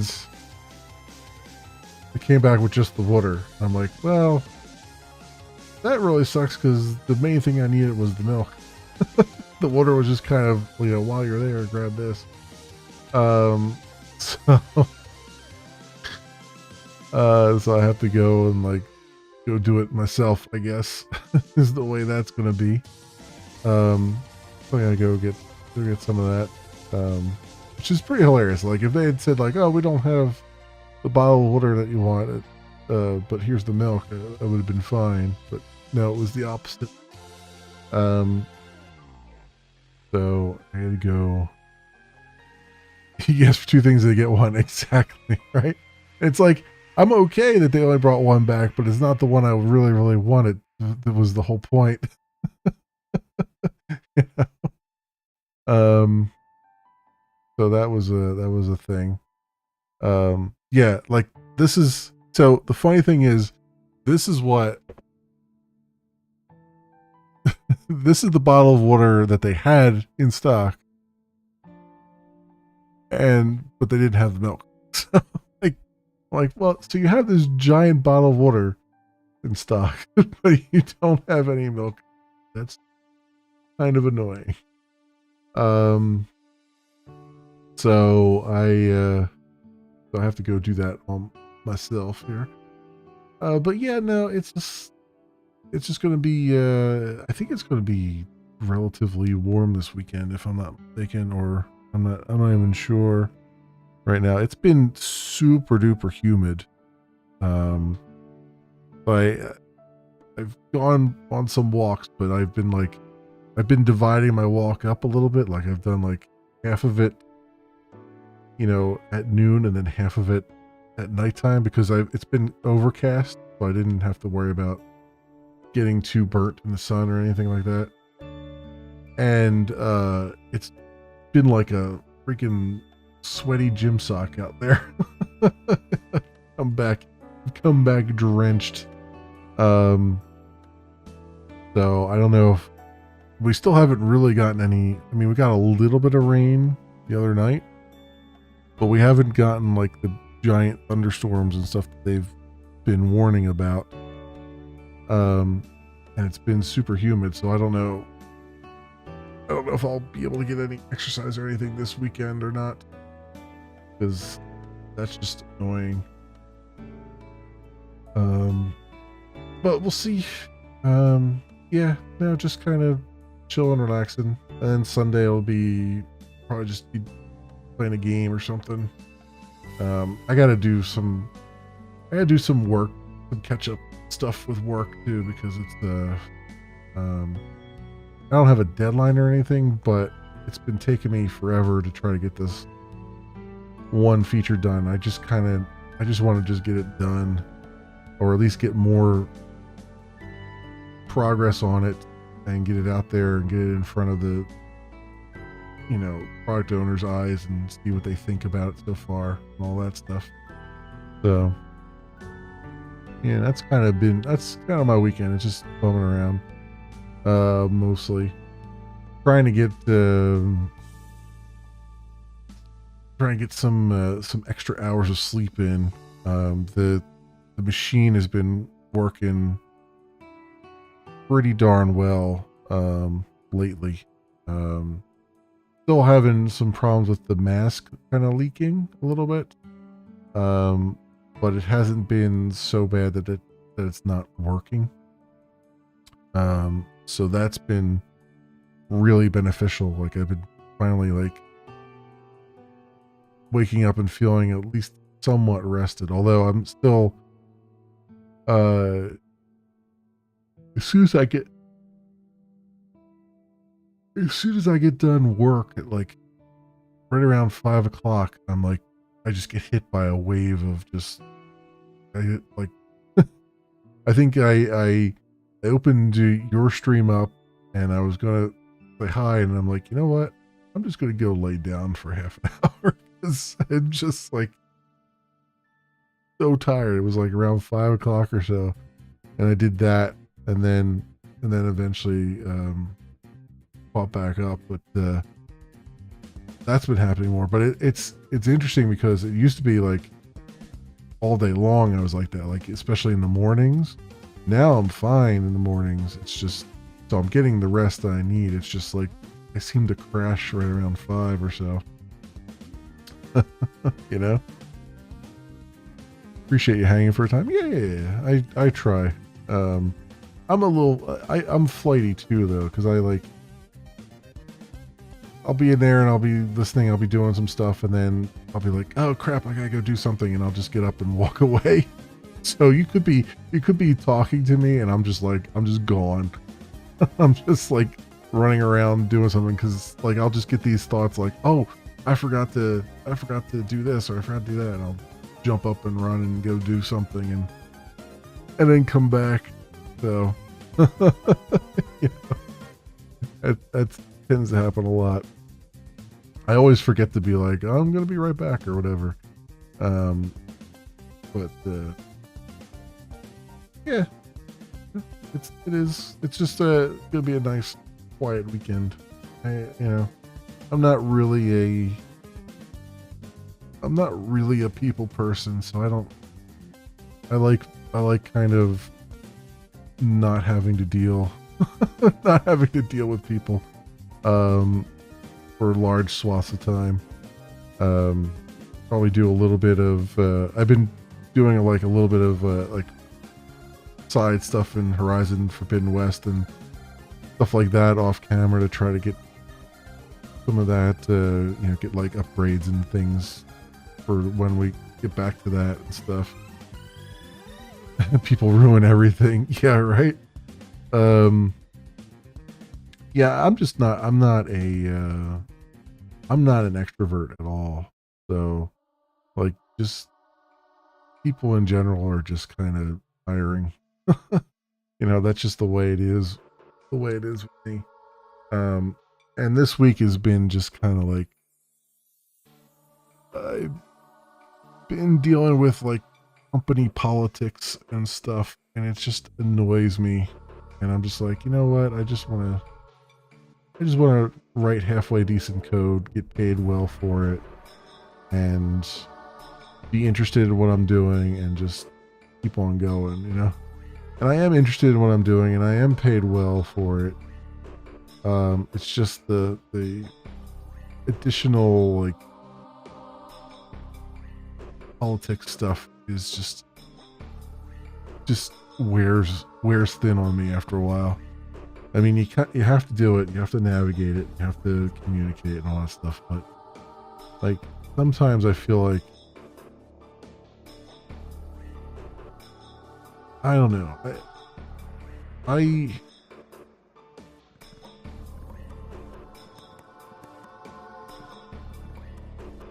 It's not that my colleagues in other parts of the company that I don't directly work with. It's not that I don't think that they're intelligent. They are.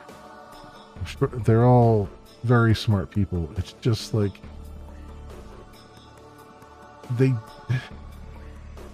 it's frustrating to see them stuck in smart people traps. I don't know how to explain it. Smart people tend to get into these loops, these mental loops, right? Where they get reeled in by something that on the surface is very interesting and sounds like it should be really awesome and great. But all it really takes is someone to take 2 steps back and look at it and go, why the hell do we care about this right now? And I get caught up in that too. But I've had the experience. One of the things that came out of my burnout years ago was I just kind of there's a part of me that just steps back and is like, what is the purpose of this? Why are we doing this? What are we actually going to gain from it? And unfortunately, that makes me come off a lot as very pessimistic, even though I am very optimistic about things. I tend to, when it comes to technology stuff, I tend to come off very pessimistic. And it's just because there are things that just having gone through the experience of like loving something and then absolutely having that thing destroy me and still dealing years later with the health implications of that, and then coming back and loving it again but at a distance, at an arm's length. It like there's a certain part of me that's just like, why are we sweating small stuff? Why are we arguing over things that don't actually improve quality? It's just, there was the whole,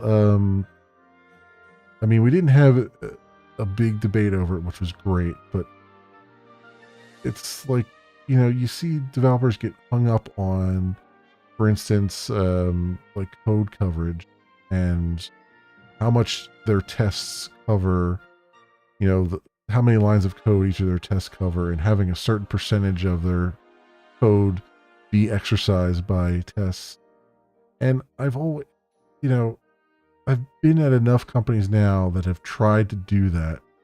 They've tried the mandate, oh, you gotta have 70% of the lines of code in your application must be exercised by some sort of test. That it never works out well. Like everything, and this is like an example of like a smart person trap, right? Any smart person looks at it and goes, well, yeah, that makes sense. Having tests and testing your code and having it be automated and all that stuff. Having a larger percentage of that should be a good thing. And everything tells you that it should be a good thing. And then you actually do it and you realize, no, it's a very bad thing after all. Because there's not, the percentage does not take into account nuance. It does not take into account quality, right? So you have these tests, and the whole point of these tests is to increase the confidence of the developers working on the system, in that they know that when they change something or they add something, they haven't broken something else that they didn't plan on breaking, right? And good tests only break when you've literally done something bad, or you've done something that should break. Like they only break. They're not fragile in and of themselves. Every time you change a little thing here or there, they don't suddenly break. They break when you do something that should break them. And it's a very hard it's a very hard spot to get to, because it's very easy to write bad tests. It's very, very hard to write those kind of tests that they're super hyper targeted and will only break when it's appropriate for them to break, and not when you just happen to change one number here or there and suddenly like 3,000 tests break that were not very good tests in the first place, because they weren't really exercising, they weren't really giving you confidence in the system, right? And it's like every company I go to, at some point, these very smart people are just like, we should start mandating code coverage. And it's like, no, guys, that percentage doesn't do anything. It doesn't ensure that you've done anything well. It just ensures that you've gamed the system enough to get that percentage. And it always starts out with best of intentions. They always start out with like, well, we'll catch bad tests in the code review. And yes, you will. But then at some point, one of the PowerPoint monkeys at the top of the chain looks at it and goes, wait, red bad, green good. Why is your project red? And you have to say to them, you have to explain to them, well, it's, yes, we're not meeting our coverage targets, but there's a good reason for it. And then the next month, your project's still red. Well, yeah, like I said last month, there's nuance in it and stuff. Then the next month, and then the next month, and then the next month. And then eventually it gets to the point where you're just like, look, you just go to your devs and you're just like, just write anything. Just write any bad test you can write. It doesn't matter if it's good, bad, or indifferent. Just write a test, just get that coverage, just get that percentage out, because I'm tired of explaining it to people who can't understand anything beyond red, bad, green, good. It just wears you down, and it wears every good developer down to the point where it just becomes a game at that point. And it's no longer ensuring the quality of the system. It's now just it's a thing for the non-technical upper crust to inject themselves into a conversation that they know nothing about. And we didn't quite go that far at work, which is great, but I feel like that moment is coming sooner rather than later, and it annoys me to no end. Yeah, they just see the numbers, they just see the red green. Yeah, exactly. You can explain to them the nuance of it, but at the end of the day, their brains are going red, bad, green, good. And every time that red is there, they're going to want to know, when will that become green? And you can't just tell them, well, it will never become green because we've got all the tests we absolutely need. So that's that. Yeah. My work is so bad last year they laid off over 400 people. I'm waiting to hear we're all done. Yeah. Yeah, it's I don't know. It's the whole thing is just kind of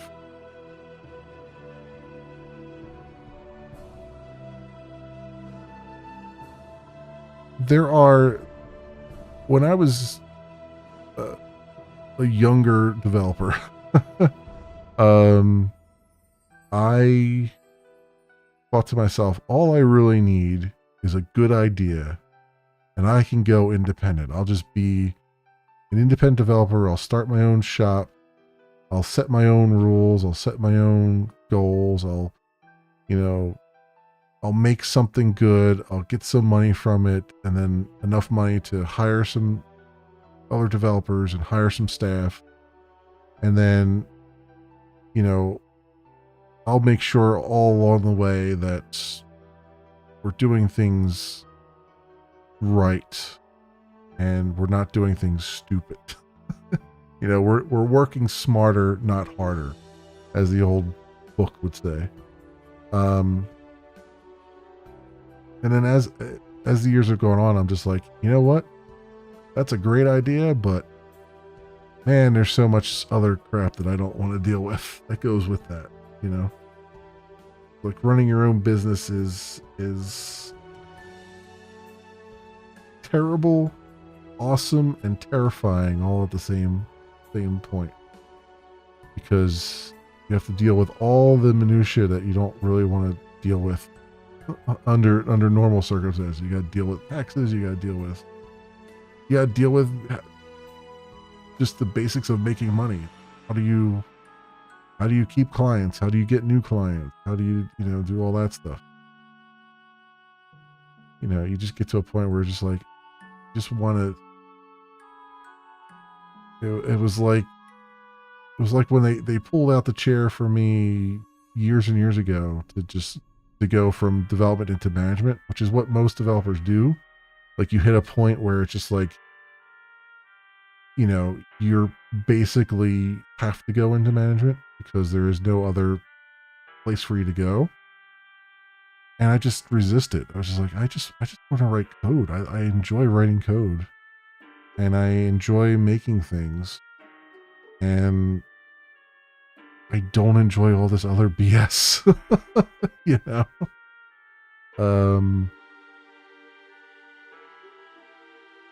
And it sucks because,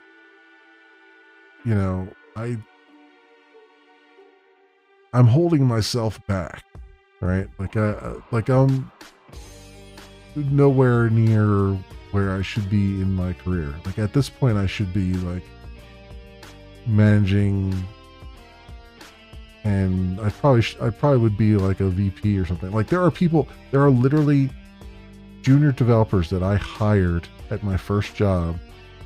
Like I was part of the hiring process for them, who are now senior VPs at major company. Like they were literally like I was like the senior developer. They were the junior developers coming in fresh out of college. I was mentoring them, and they're now like senior VPs. Like, and I've held myself back all these years. It's just, I just have no desire for that, but yet that's where my career should have been at this point, theoretically, So, Distinct Trinata coming in with a raid. Welcome everybody. Welcome on in. Thank you for that raid. How was your stream, Distinct? You have a sleepy bunch with you? Yeah. Well, it's getting late here too, so welcome on in. Welcome. I'm just trying to wrap my head around where I need to start with integrating my bot here with Twitch, and just doing a little bit of coding here and there.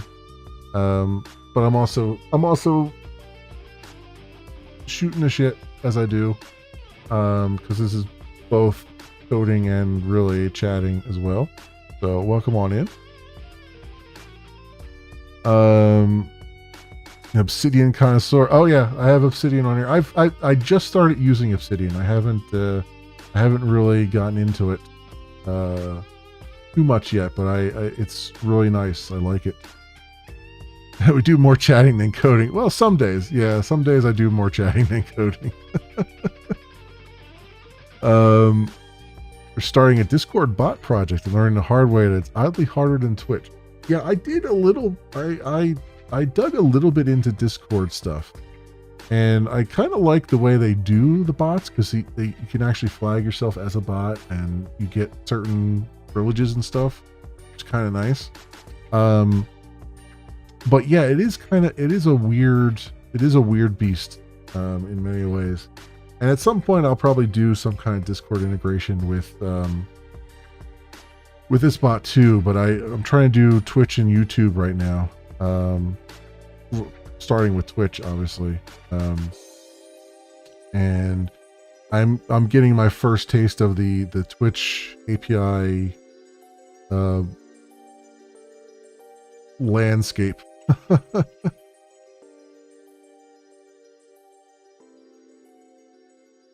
Just finished a Twitch integration bot you're happy with? Nice. It takes like an hour to register a / command, makes testing a nightmare. Yeah, my problem really is just trying to get off the ground with it at this point, because it's like I'm using apparently a very good, I was reading the documentation, a Java library for Twitch called Twitch4j, which does all the nonsense and wrangles it all together, which is great. My only problem right now is I'm trying to figure. I'm at step 1, which is get auth token. So I'm trying to figure out: do I want to take on the nonsense of exchanging the auth tokens myself, or do I want to find a library to do it, or what? And then how do I integrate that with Twitch4j library, because they kind of it's not immediately obvious how you refresh a token with that library if you keep it around in memory. So I'm trying to figure out. Did ours in C# once we got past login, it was fairly easy. Yeah, that's what I'm hoping. I'm hoping like once I can. I'm in a bit of like writer's block right now, where I'm trying to like figure out where I want to start and what I want this to look like. And I'm hoping once I can kind of get past that initial like WTF, that it'll just kind of flow then, because it looks like Twitch4j does all the not nice, stuff of just like dealing with the event service, the event stub, and the Helix API and all that stuff, which is great. I just need to figure out the life cycle of it. The only thing they don't document in their documentation is the life cycle, and that's like yes, you build it with an OAuth token, but then what happens when that OAuth token expires? Like, how do I give it a new OAuth token? Do I have to rebuild it? Do I have to close it? Like, what goes on there? So the subscription to events should live forever. Oh, really? Okay. Yeah, that's what I gotta figure out. I guess I'm at a point where I just kind of gotta do it, I guess, and see what craziness happens, what craziness ensues. But yeah, that's sort of where I'm at. I'm very, very early days of the bot here. Let me see if I can pull something up here. I think this will build what I've got right now.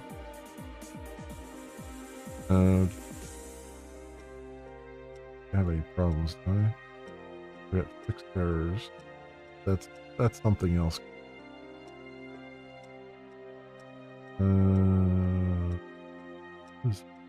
Oh, I don't know why it's flagging. But yeah, I've got, so this is just for, the fun of it. I'm just kind of doing a streamer alert, chatbot / events and all that stuff. And right now, where are we at? So I'm just kind of in the early stages here of just like getting things to create stuff, but none of this is wired up yet. It's all just local testing. And then if I bring up OBS here and I hit this, I get the alert plus image and stuff like that. So I've got like the very basics set up right now. Why is this song so much louder than everything else? So I'm just kind of working through some of the details on this. And then I got to figure out how to package this up, because this is actually a local server running. And I got to package that all up into some kind of installation and executable and all that fun stuff. Have a better UI than our tool where backend is. Well, technically, I mean, I am full stack, but my UI my UI foo is not that great. I don't like.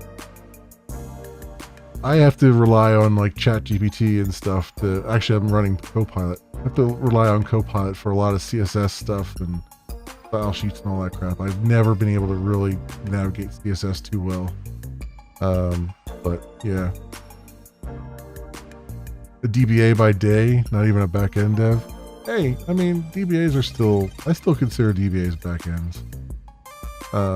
Because everything relies, I know I lean on my DBA a lot at work, because like I could do SQL and I know SQL, but sometimes I'm just like, I have no idea how I'm going to grab this data. I need your help. Would you look at my SQL and help me figure this out? You know, the back end's back end. Yeah, exactly. Got a double wide. Yeah. I mean, and especially, you know, in my day job, we have a lot of stored procs and everything that our DBA relies on. Why is it still so loud? This is like the loudest freaking song. Like every other song is reasonable level, and this is the one that's out of the blow your eardrums out. Yeah, because we have a lot of proc stuff that we call, and we rely on our DBA to manage all that and create new ones and stuff. And it helps a lot when you have tons of interrelationships between tables and trying to pull things in and do views and all that stuff, materialize views and all that. So yeah, as it should be.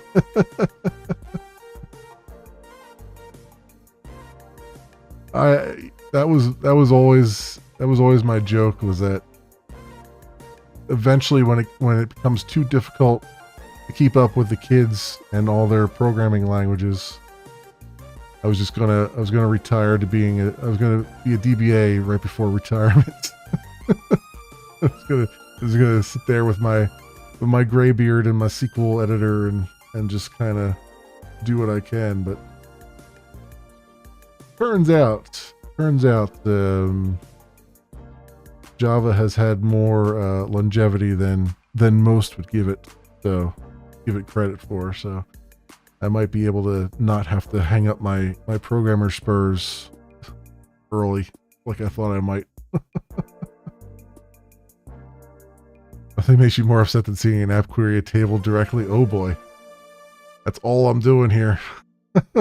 Although I'm going against an H2 database. So that's kind of the point. It's an embedded database, but I don't have anything too crazy going on. Like I just got some simple select and inserts and whatnot, so nothing too crazy. I mean, this might be the craziest one, which is paging, but you know, it's not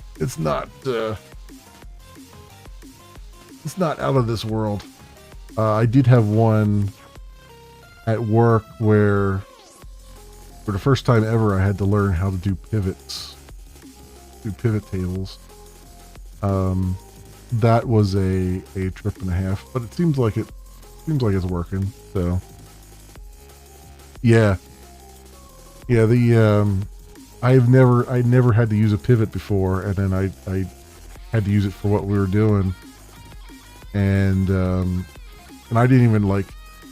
Basically, I went like we have Copilot at work as well, and I basically asked Copilot, I'm like, I need to do this. How do I do this? And Copilot's like, well, you should do pivot. And I'm like, ugh. I'm like, well, I'm not going to take the code that Copilot gave me directly. I'm going to go learn. I'm going to go look and see how pivot works and then try to do it myself. I figured it out, but you know, it was, it took me a little bit.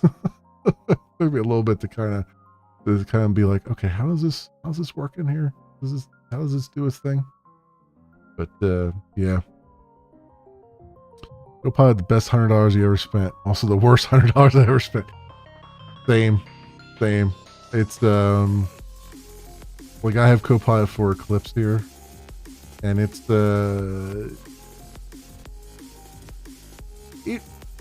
there are times, and I've said it on stream, there are times when I'm super impressed by what it brings back. Like it figures out sometimes what I'm trying to do without me like really telling it. And it's a little bit creepy in that way, because it's like, oh, okay, yeah, that's actually exactly what I wanted to do. This is a little weird, because I was just talking about it out loud. How did you hear that? And then there's other times where it's just like, it literally, last night, just out of the blue, it's like, I was like, oh, I want to prepend something, a string to an array of strings. And it just out of the blue made up a method that doesn't exist. Like it's like, oh yeah, just use Apache string utils dot prepend string to array. And I'm like, I don't think that exists, and it didn't. I'm like, it was just like, yeah, just use this. I'm like, that's not even a thing. That's not even a thing. That doesn't exist in that library. And it was just funny sometimes when it just out of the blue just makes shit up, and you're just like, wait, doesn't sound right. Your company is very against any AI unless it is sanctioned by legal. Oh, it's the same for us. We're only allowed to use Copilot, GitHub Copilot. That's it. We're not allowed to use anything else. So yeah, legal has its fingers in that too. But luckily there was at least some give and take in there. Like, hey, we want to do something here. So useful for a repetitive task. Yes.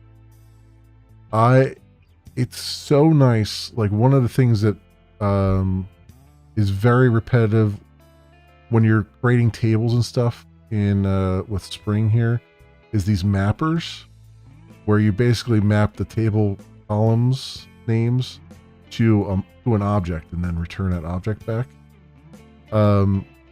This obviously is very tedious because it's like you're basically taking all of your column names up here and you're just doing it again for every time you want to do this, and you got to make sure you got the right type in there, you know, like this is a long and this is a string and this is a date kind of thing.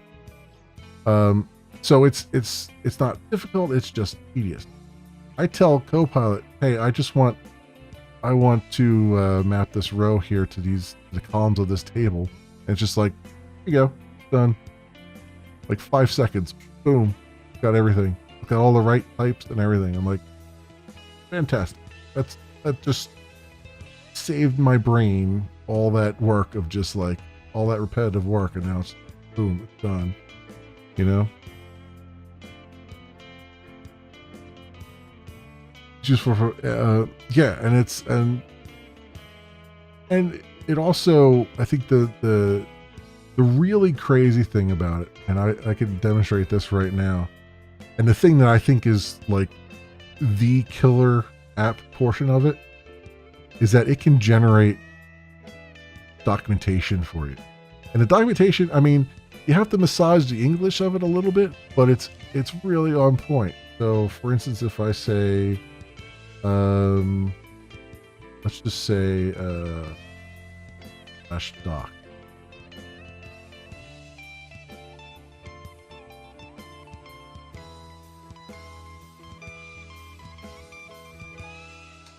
Right, and then in a minute here, to come back and give me a Java doc that explains this entire class, if I did it right.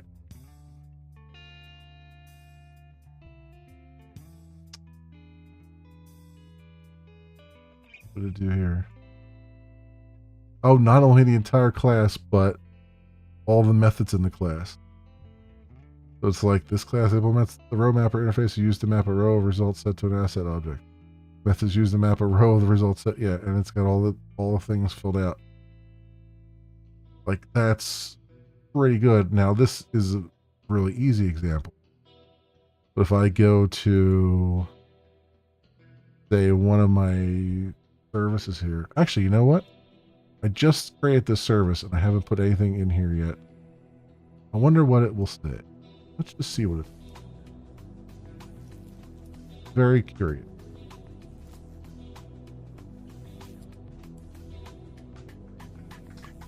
This class is responsible for handling OAuth operations for Twitch integration. It is annotated with @service to indicate that it's a service component in the Spring context.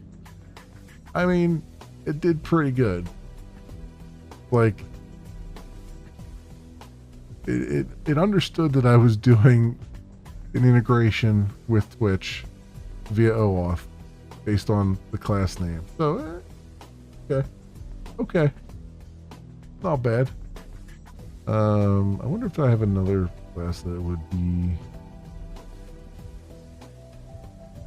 really, I guess I could do this one, alert settings controller. This is just a controller for the UI. So let's see what it says here.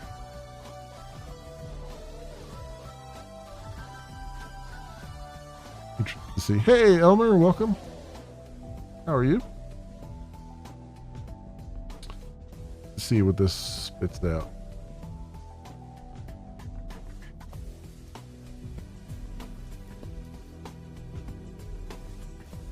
So, controller for handling alert settings is responsible for creating, updating, deleting, and viewing alert settings. Okay. Doing the basics. This method is used to view all alert settings. All right. And then it didn't do the rest. I just said rest of the methods. It gave up on me. All right. Hate the raid and run, but it's nearing midnight here. It's good meeting you. Thank you. It was good meeting you as well, and thank you for the raid. I appreciate it. It's almost midnight for me as well. So have a good night, and thank you for the raid. I appreciate it greatly. Yeah, this is it tried. It gave it its best, college try there. And it was just like, you know what, I'm just gonna sit back and let you figure out the rest. Human. Thank you. Good luck to you as well in your endeavors. Thank you very much. If Caster Labs was actually working, which it's not, I would do a shout out for you, but this is why I'm writing my own bot. Because I'm tired of Caster Labs not working from one day to the next. But thank you so much. Everyone should go, if you're not already following Distinct Tornado, please go do so. Oh, does it have a built-in one? Oh yeah, okay. I didn't know that. That's the other part, is there's parts of Twitch now that have changed that I don't even know about anymore. But thank you. Oh, cool. Cool, thank you for that. I did not know that was a thing already. Oh, there you go, Outlaw. Thanks. I appreciate that. I appreciate it.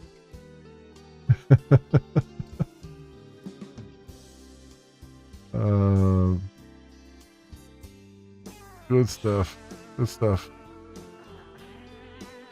All right.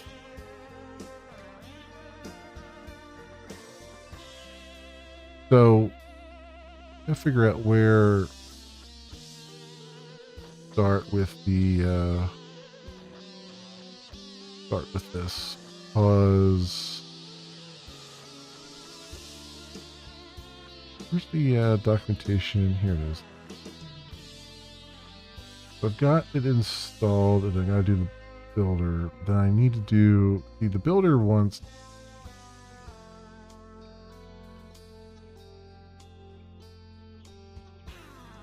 Oh, they built it here without the oh.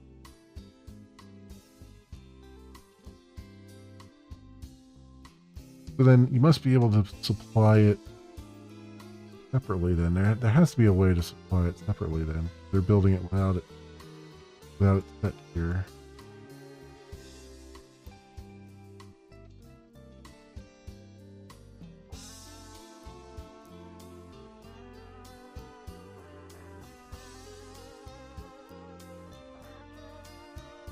Authorization when building the client.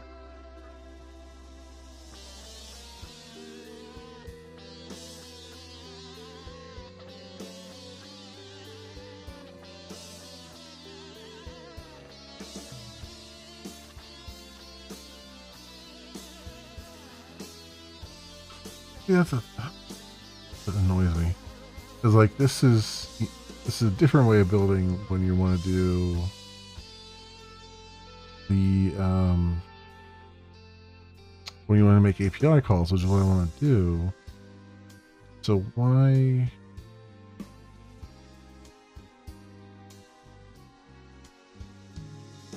But with Spring, I would like to do something like this so that I can just keep the bean around and just reuse it everywhere.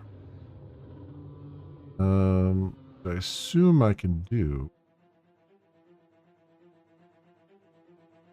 It's just I don't see anything in the documentation that says how to refresh these credentials when I need them. I need to refresh them.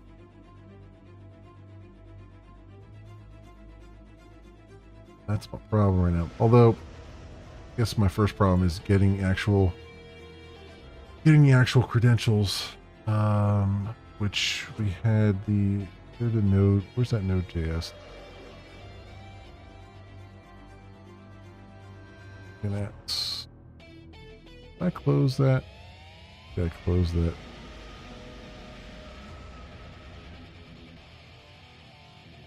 So implicit grant flow.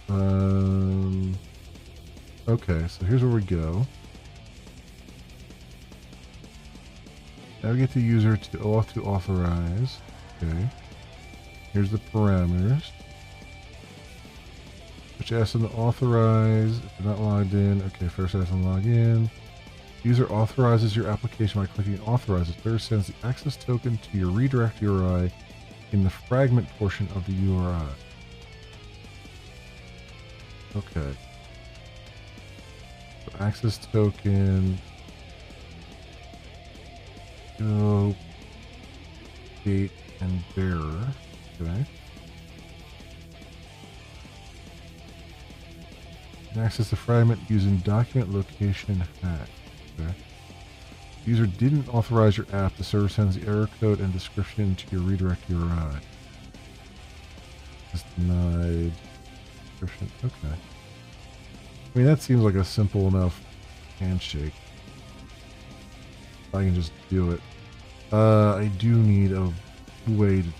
So I'm gonna need. I'm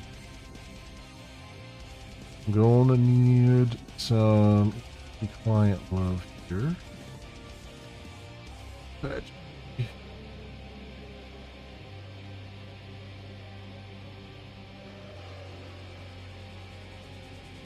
So where are we at version-wise with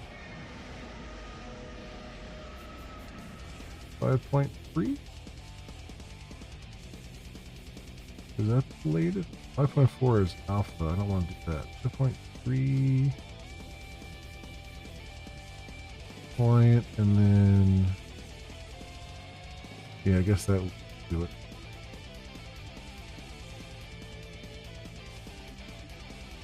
Point or new. Okay, so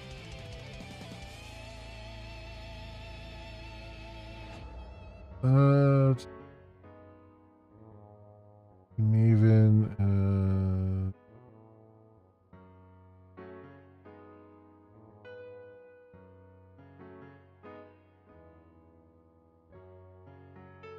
Client.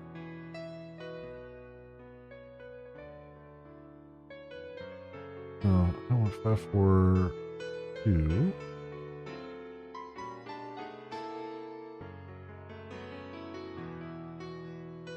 There we go. 531. Maybe. So am I letting users log in? No. Basically, it's just going to be, since this is running locally on the streamer's machine, I don't need them to log in. I need them to log into Twitch, and I need them to log into YouTube to give me access to the APIs. I don't need them to log into my app. So I don't want to, like, I was looking at doing Spring Security, but Spring Security integrates it with your own app and your own login flow, and I don't need that. I don't need that level of complexity. I just need to be able to authenticate the API and keep the credentials and stuff for the API refreshed and everything. So that's kind of the way I'm handling it right now.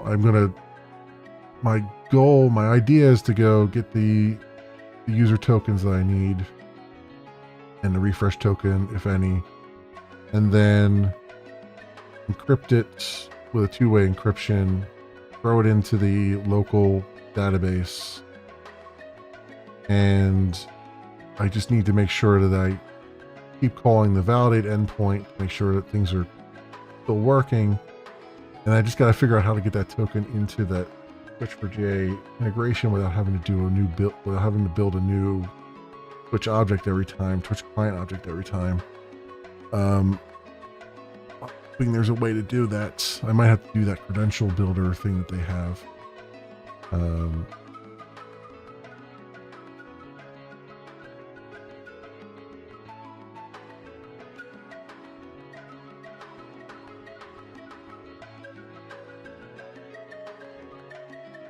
And 531 there.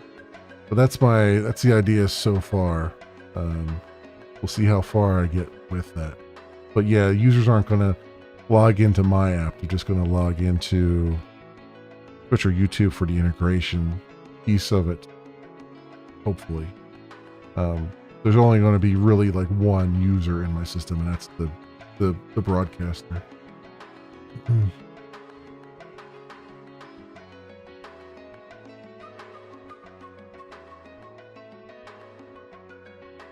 So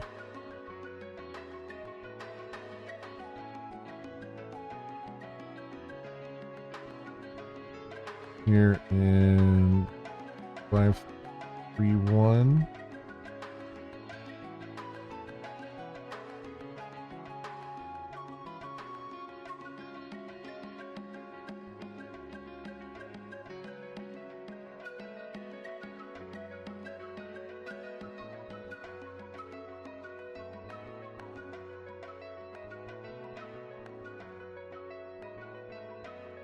No.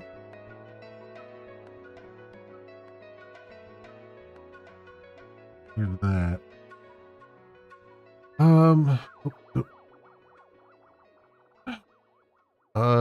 don't think. It's a trip. It's got a funky beat.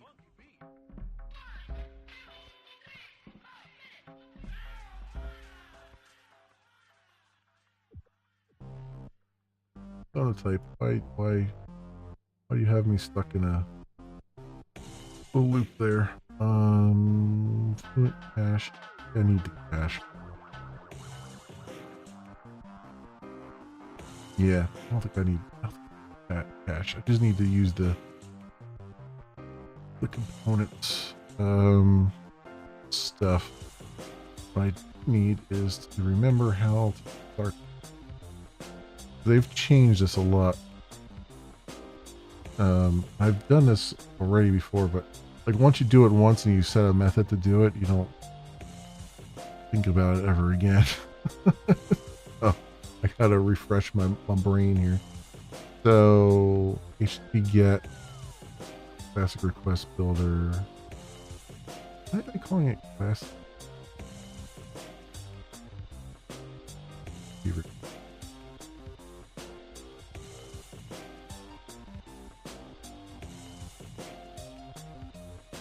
Oh, because they have an async API now, huh? Which is... Okay, so this is the blocking request for native API?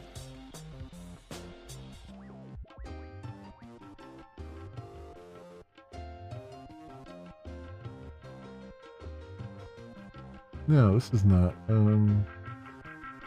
Could be asynchronous as well, because you're doing an execute against that. I don't know why they've got...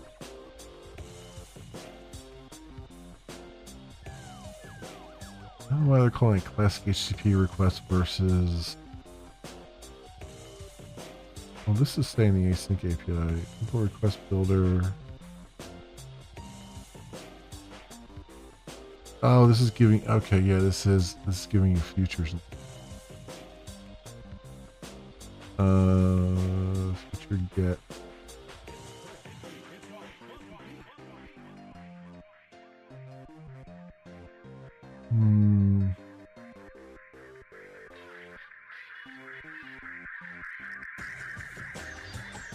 I don't think I have any need to do this in particular. And actually, honestly,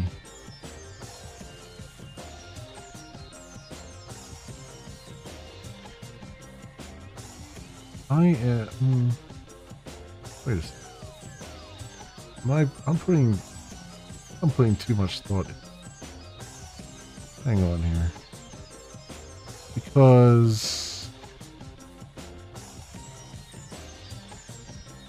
all I have to do is build a hyperlink. And then I just need a controller to parse the response that comes back.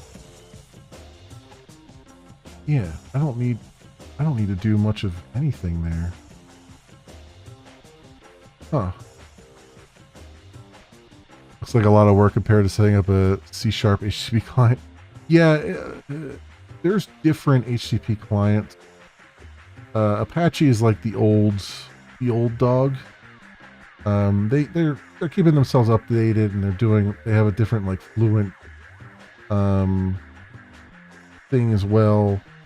But there's other HTTP clients out there that are like a lot more up to date and sort of better is a relative term, but are a little bit less verbose in what they do. I'm just most familiar with Apache's HTTP client. That's the only reason I'm doing that. I really should pull another one down and learn it though, because this would be a good opportunity to do that.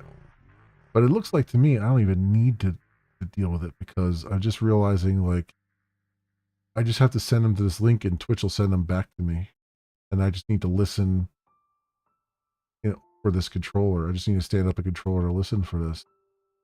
I'm making like a big deal out of nothing at this point. So I don't even need this class. I'm gonna keep the HTTP client file there because I'll probably need it later. But I don't even need this service. This is unnecessary.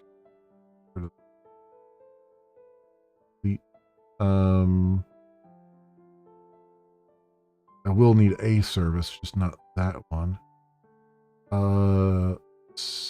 So I need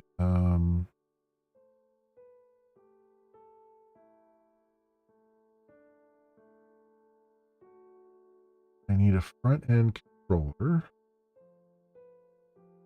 Front end, new package. Oh,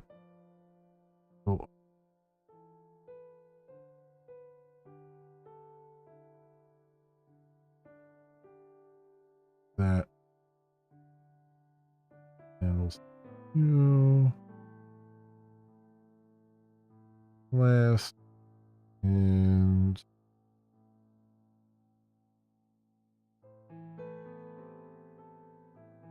go off and or fall back.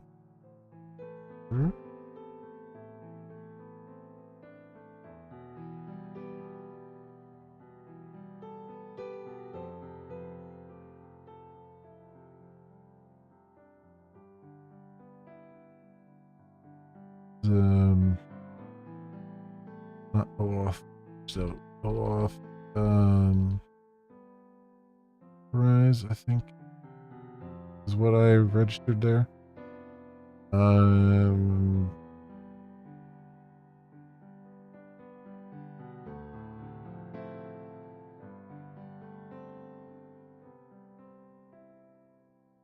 Okay.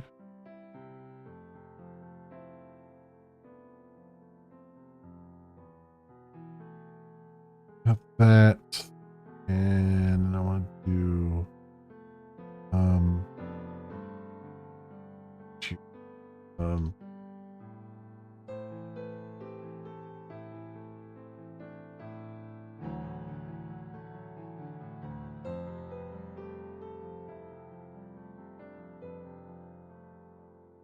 this will be response entity.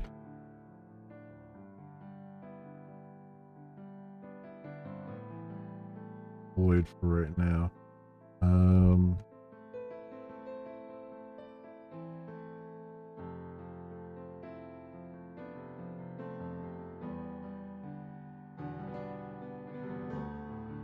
don't even need. I don't even think I need a model. That. Stop. I need a turn this off temporarily button. Is it mapping and rise.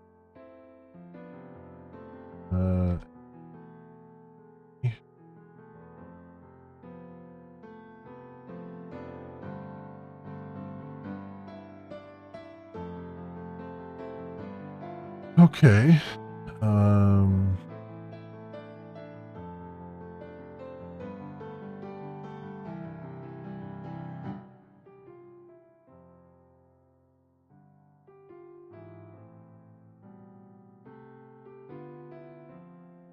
So, I mean, basically, I'm just always going to return okay to that. Because I don't think it handles anything besides that. Besides 200 okay.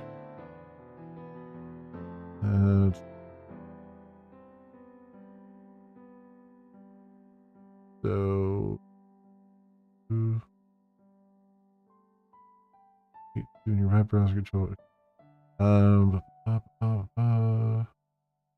Access token. Direct URI. Right input URI. I wonder. So these are easy enough. I wonder how I access a fragment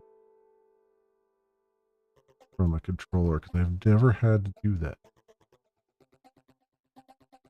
So that'll be. Let's see.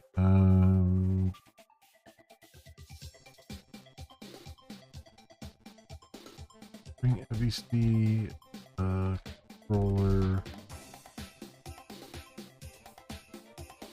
feed.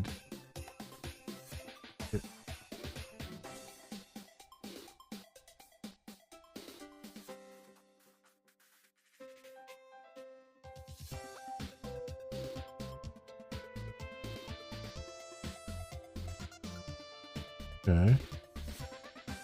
I don't know how to get a full request URL. I need fragment.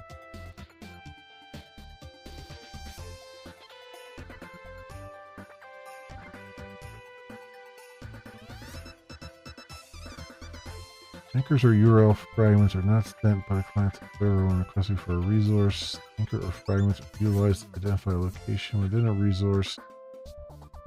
Resource fragment URL is not part of the URL.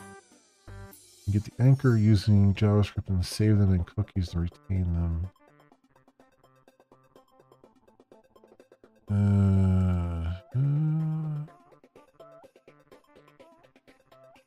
There has to be a way to grab it.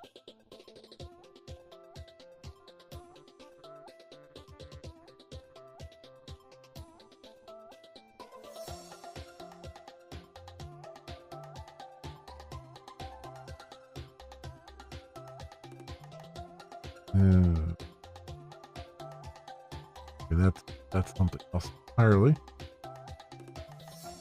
Get the fragment URL.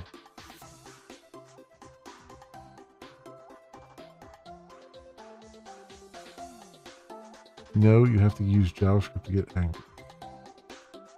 Asked 11 years ago. We have something more recent.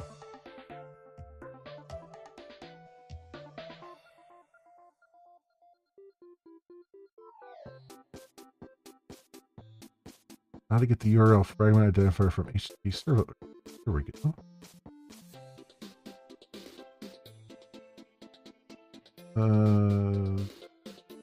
Verify using network protocol analyzer.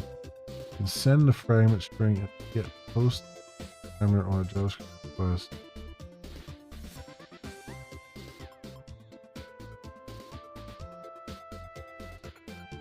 You're killing me here, Twitch. You're killing me. Is this really?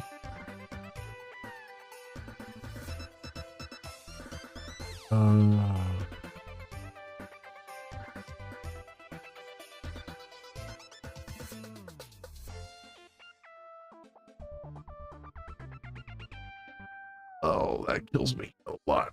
Because why would they send it that way? Why wouldn't they just send it as a regular parameter like everything else? Twitch being Twitch here.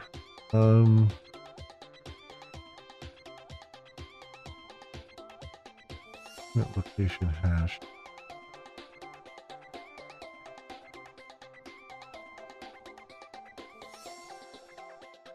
Has to be a way to like be a way to grab.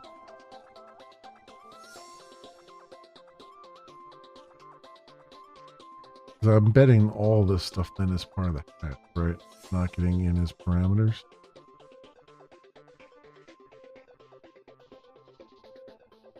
Oh, Twitch, you're gonna drive me to an early grave here. But yet, with this one, it comes back with a regular response type. Or with this one, with the error, it comes back with a regular response type. Okay.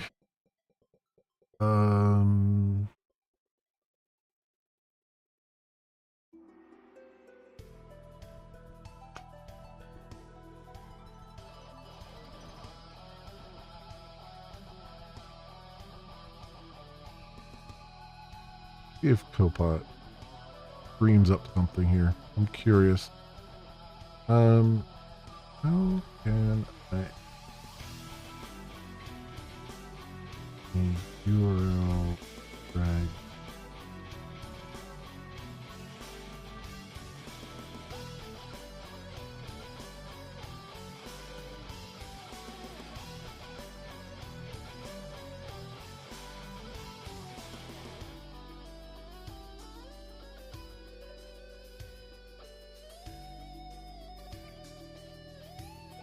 Yeah, what did you come up with? You can use JavaScript to send the fragment to the server as a query parameter or in the request body, and then you can access it in your controller method. Hash. Upspring 1, get the fragment without the... Okay, interesting. Window location. Redirect this server. You know what? Actually, that works. Just do window.location to another controller method. I mean, it's a hack and a half, but it worked properly with the fragment you just pulled out. Okay. All right, I'll give that one to you, Chet. To you, co-pilot. You came up with something that actually looks like it would probably work and is reasonable at the same point. this is hilarious, but okay. So what I need then is I need authorized. I need authorized to bring back a page that just has some JavaScript on it that runs and calls another page. All right. All right. That's what I gotta do. That's what I gotta do.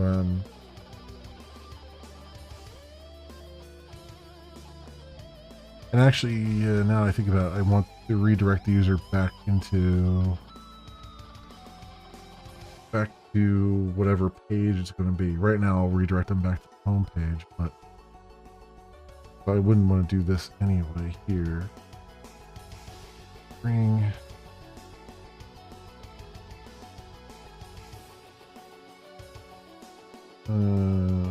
model on there.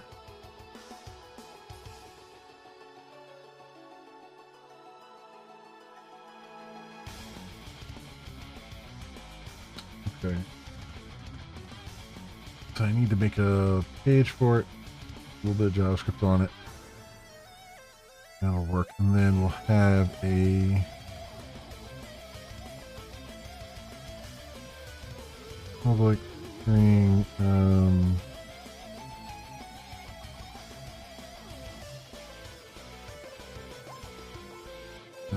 first token.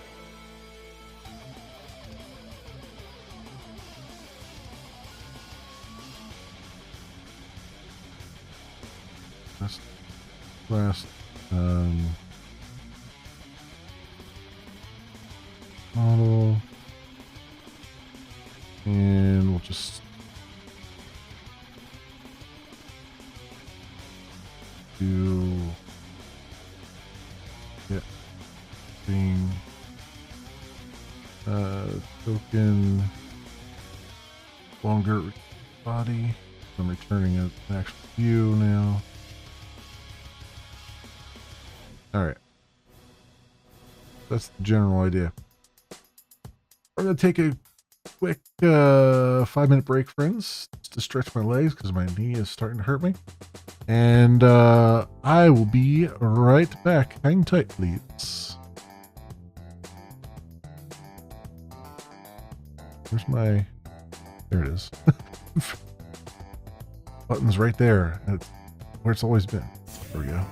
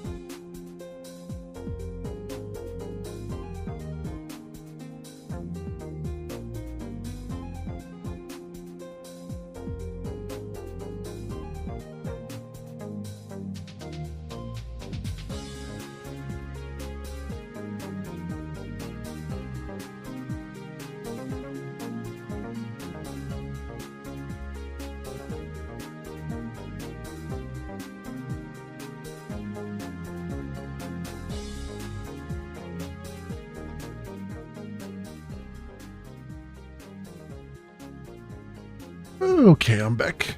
Let's see if I can get at least a handshake going here. I'm not going to get everything integrated tonight. It is getting a little late and my brain is starting to fry, but I want to at least get this initial hurdle handled, because I think I can do that right now. So we'll worry about the error state in a minute. I can worry about, yeah, we'll worry about it in a minute. Let's get the actual page to the, so if I go in web app, web inf, use, and new folder, go off, and new file, go off, quit, all that. No. Alright. I'm not going to make it even remotely fancy.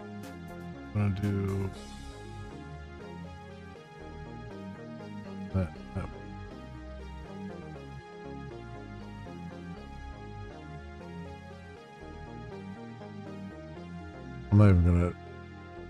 I'm not even gonna localize that, because it's not, it'll be on the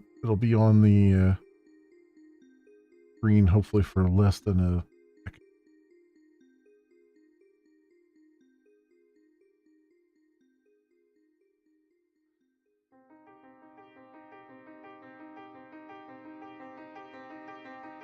Straight to settings page. That's not what I want, but good thought.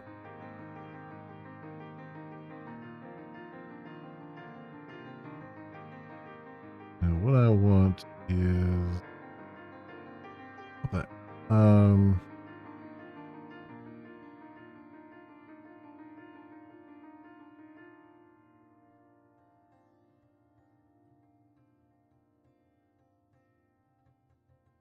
Yeah, basically window on low.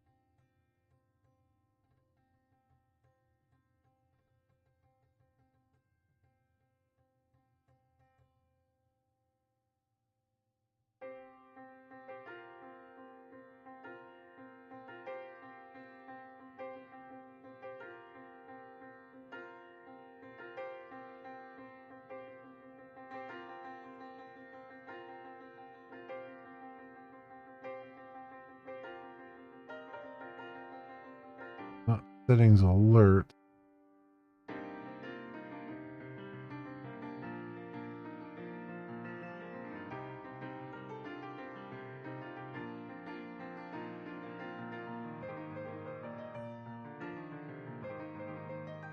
What did I call it?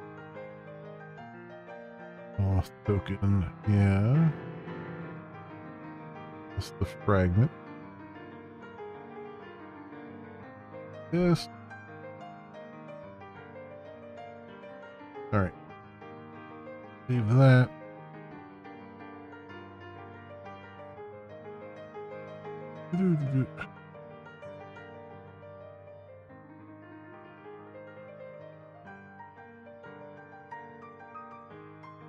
It's not going to. This is where ChatGPT is wrong. It's not going to come in as fragment. It's going to come in as whatever they put in here.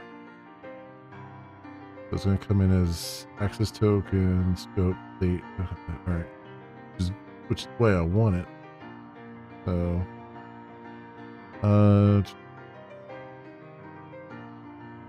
here. So I want.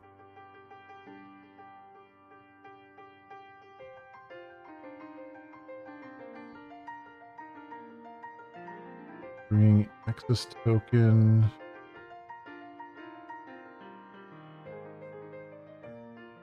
Bring scope, bring state. This token brings scope, brings state.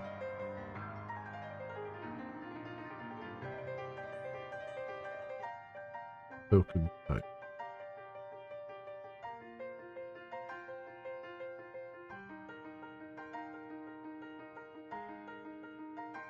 Okay, and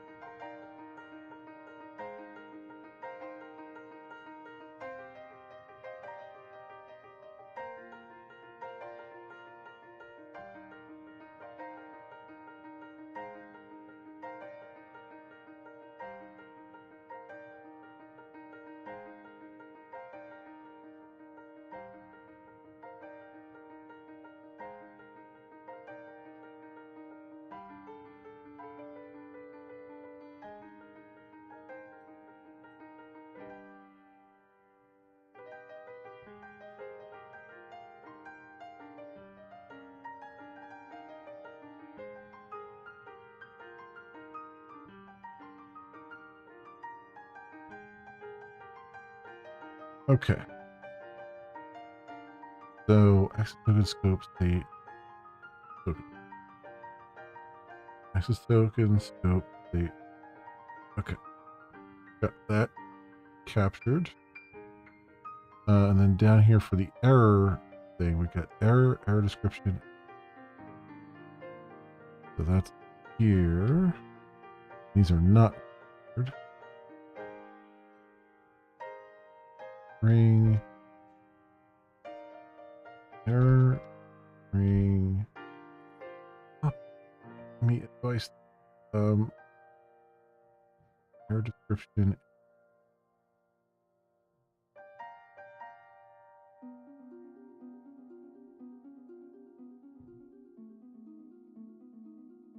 Will be West RM name error false.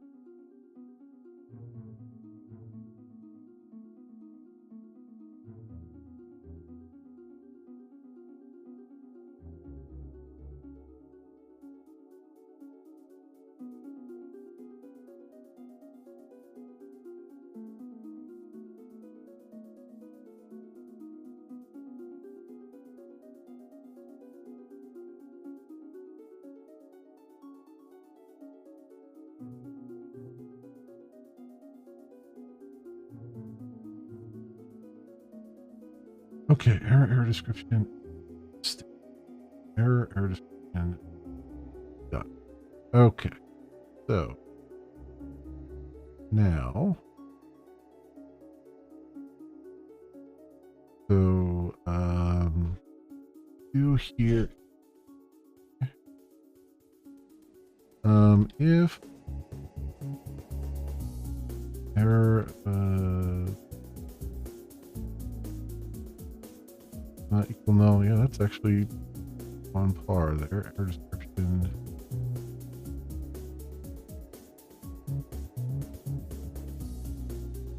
Although, the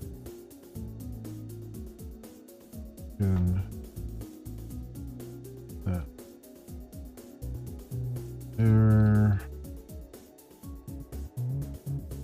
description 8.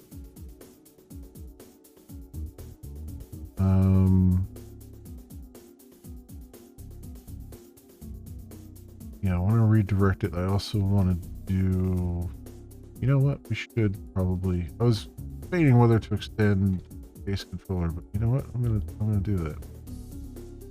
It is still front end, so let's do that. And let's do add error message. And it's gonna be text error. We'll just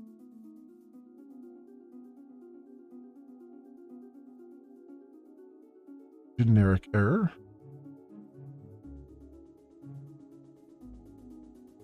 That otherwise we'll return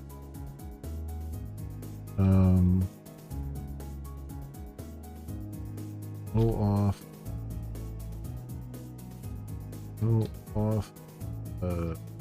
bit. Hold it. Okay. So then over here, I'm just going to do a logger info. No, I'm not going to do a logger info because that would be a security problem. Let's log all the tokens that we just got, you know, in plain text. That sounds reasonable. All I'm going to do for the moment is just say if string utils is not blank,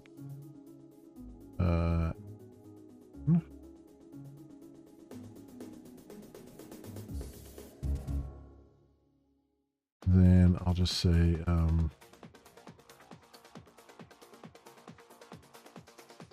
logger debug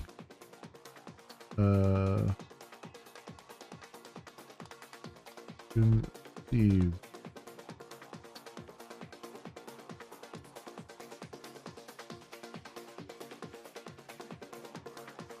add this message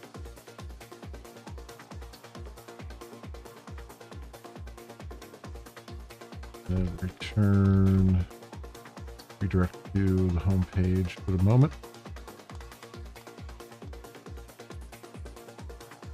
All right, and then I just take this in the message properties.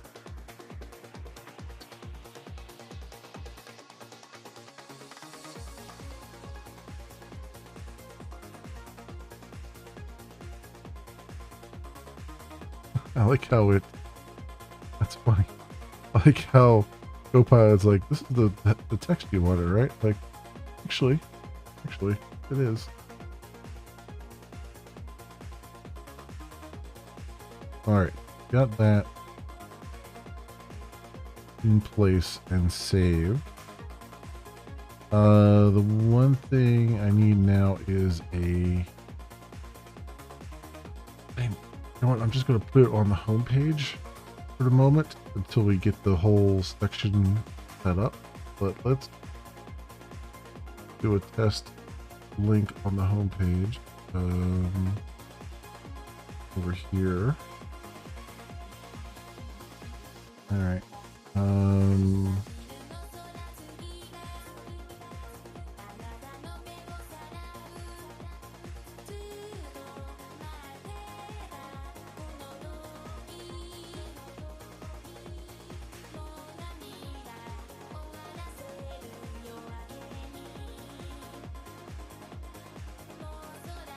we did that.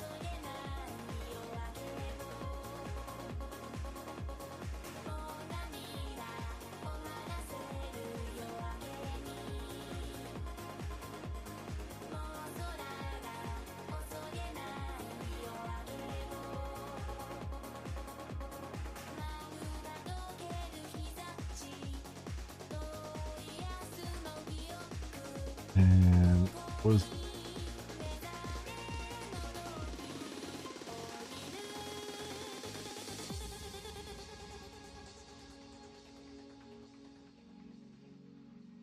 I need these parameters. Criteria response type, token scope. I don't know what scope plus right now. I just need to, I guess I could just do the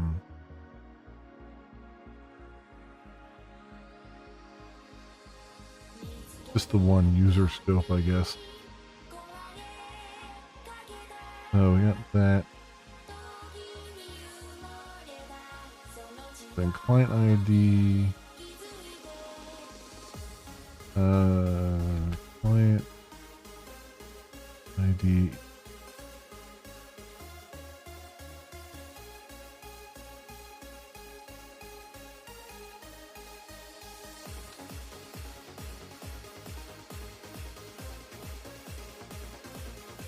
Underscore ID, and then I'm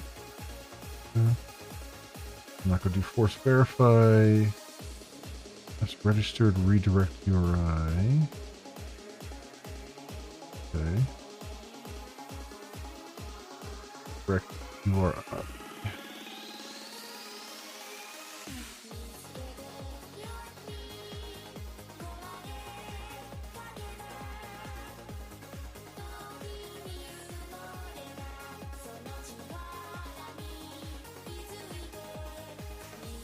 And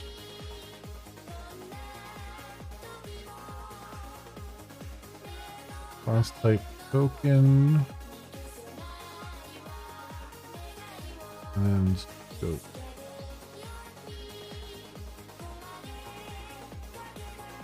And state. You're trying to encourage fast state string to help prevent PSRF attacks.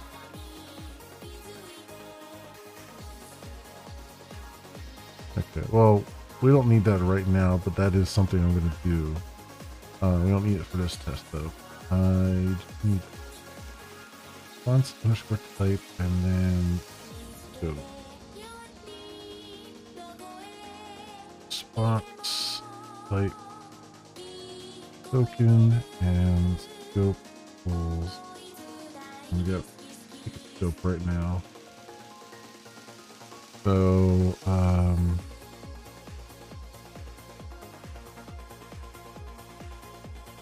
scope do they use here?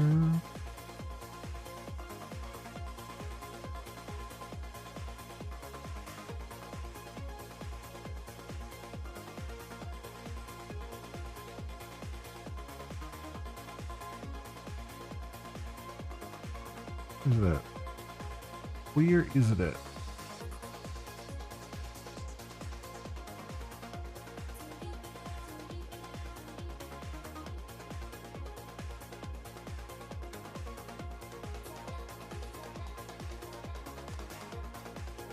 Access token.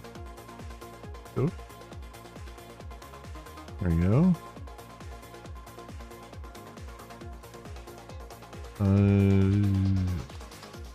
Something, anything here. Just say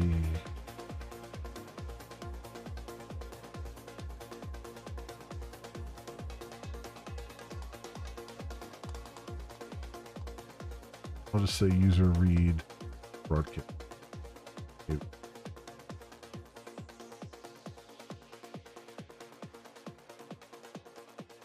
Hopefully that's not too, well, that might be a lockdown. I don't know.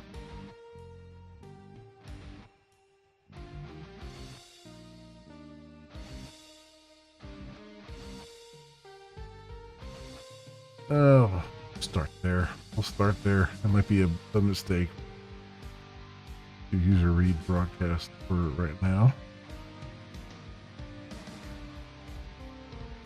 Okay, and any of that, I just need to get the ID and the redirect URI in there. So the redirect URI was oh, I know the redirect URI. The PS localhost 443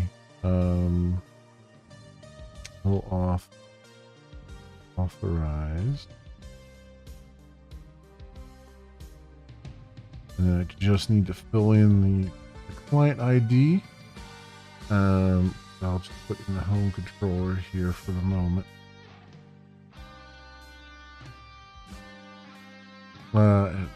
No, let's do this somewhat proper. I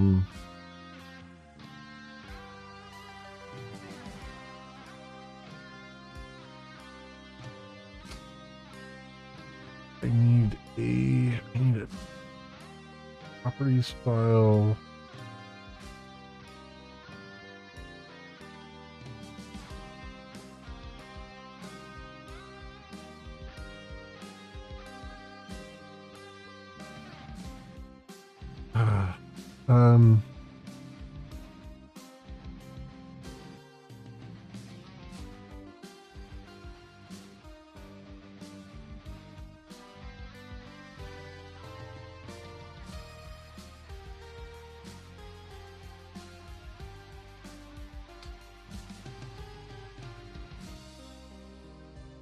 Well, I'm just gonna put it on in here, but make sure that I don't don't check this in. Just want to get a test done here, so let's do. And let me also on this page, I'll do this just so that it will always work even when I remove this again. Client ID. So model and attribute client ID.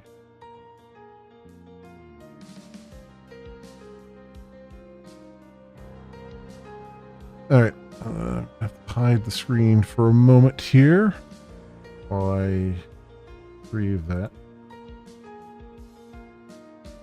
Let's see.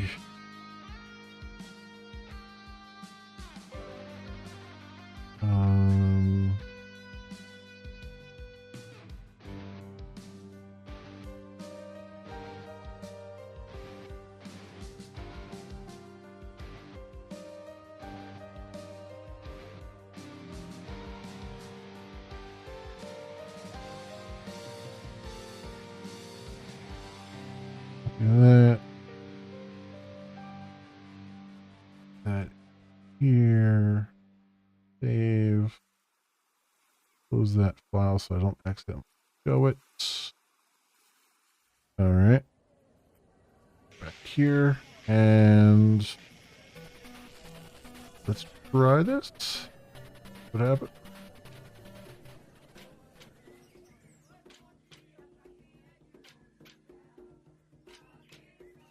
Server though first.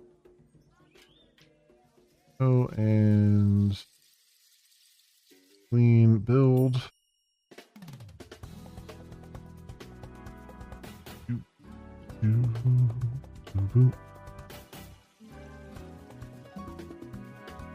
Little outrun music.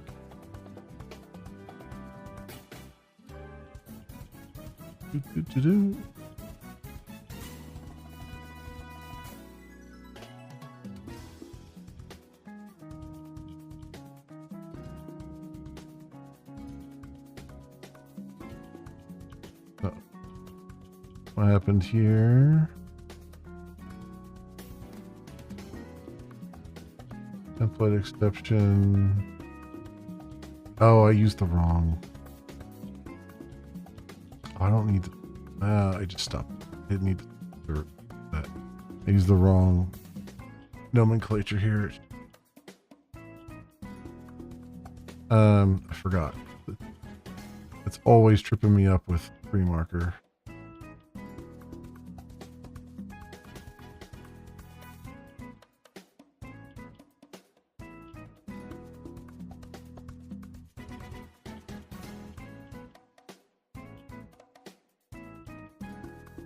Okay.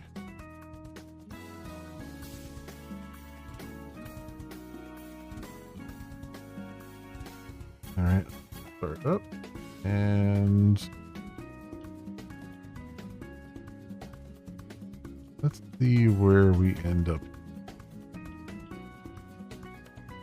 All right. Let's switch login.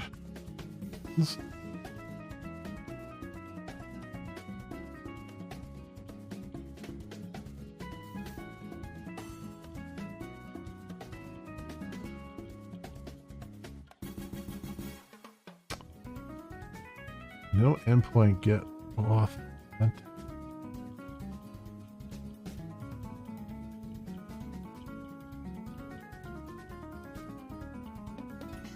Oh, they call it authorized.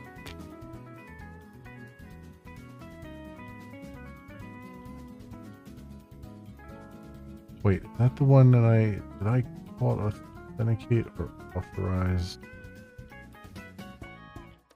in here?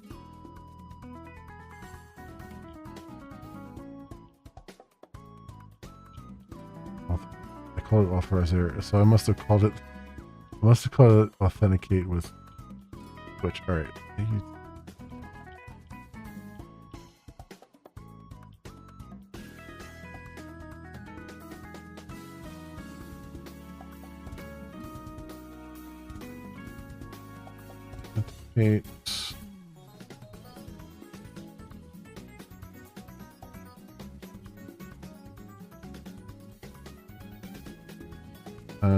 I just need to change that callback URL over here. Or redirect URI over here, I mean.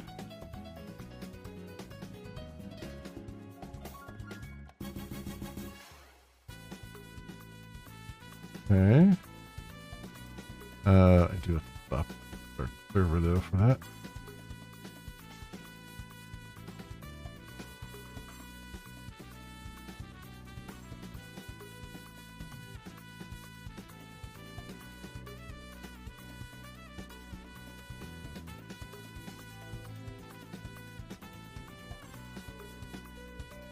Okay, let's see here.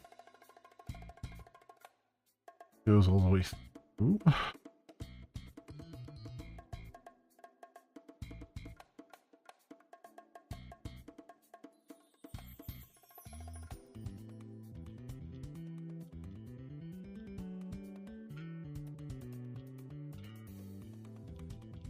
All right, this is looking better. Your channel's broadcast configuration, including extension and activation. Okay.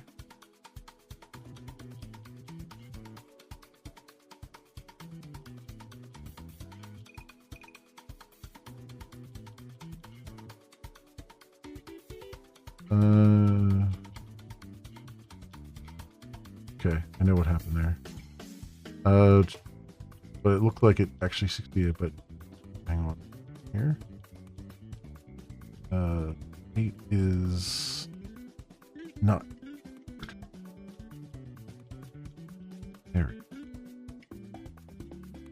There we go. But it looks like it went through the paces at least. And we got something that looked like an OAuth thing.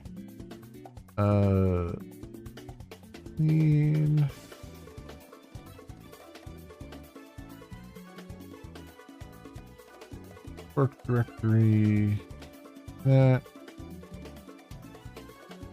start here.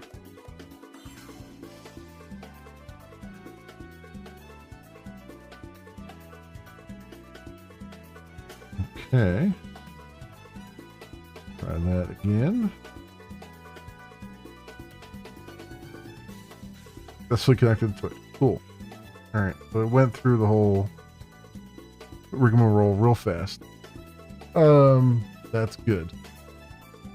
We would only get this if I got something back in the token here. The access token. Alright. Awesome. So we got our initial handshake and the access token that we need, which is good.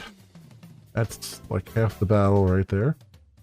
And now I just gotta integrate that with the Twitch4J library and see how I can keep that going. And then I gotta figure out the validate stuff, because we gotta validate the token every time we use it. I don't think it'll be too much of a problem, but that's probably where I'll need the HTTP client stuff that I brought down. More than likely. Yeah, actually probably need that there. And I just need to take the token and persist it into, I need to create an account database table, and get a proper page for linking your accounts. And yeah, but we got the initial handshake done, which is good. So we have a starting point now. Excellent. So everything connected. Yes. It went very quickly, but it ran through, and I was able to ask for a particular scope, and Twitch was like, okay, the scope I understand, and it sent me back into the app. So technically this app is now connected to my test account. Although it's only got, I only asked for the one scope, which was just like being able to see your broadcast data, and that was it. Now the real challenge is actually calling the API and all that stuff. So that's pretty good. That's pretty good. So we got the baby steps, but we got the first communication back and forth with Twitch, and it seemed like it worked. So that's good. Now it's a lot of just kind of managing that and getting that wrangled into our database and onto our menu here. And I'm going to take care of that tomorrow, my friends, because my brain is about ready to go sleepy bye. I can feel the you know, the vibes leaving at this point. One thing though, before I do anything, I'm going to hide the screen again for a second. I'm going to go into the home controller and I'm going to remove this hard-coded client ID so I don't accidentally commit it. Go. Pull this up now. There we go. All right, and I'm going to commit everything I got. And then that's the other thing we got to figure out. I did something in Hex where I had a properties file that I brought in that was not checked into GitHub, but it was something I kept locally, and it pulled in that, and then that had the IDs and stuff in it that I need to keep, like tokens and stuff that I need to keep secret. I'll just do that same setup. We'll get that all set up again for this one, and then do all that tomorrow. Now I'll start all that at least, and maybe start picking away at the Twitch4J library and see how that's going. What am I looking at? Team. All right, this in there, and we'll just say initial Twitch.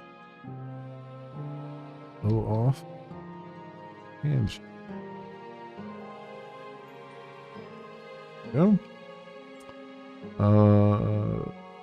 This out there. And good stuff.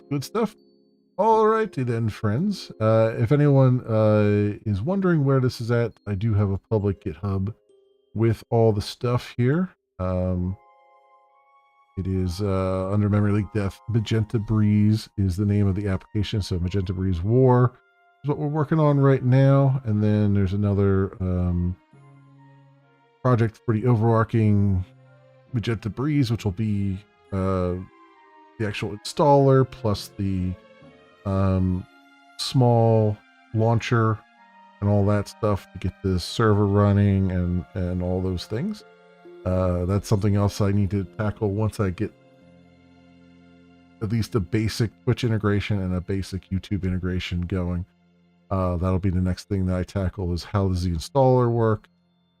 How's this going to look? How am I going to get all this, piled together and get a server, get a Jetty server launching and all that stuff. So still got a bunch of that to go, as well as get the scripts for installing the secure certificates on Windows and on Mac. Grab the ones that I had and just put those in there, get that to work. Probably the hackiest part of the whole thing. But yeah, so far so good. So far so good, my friends.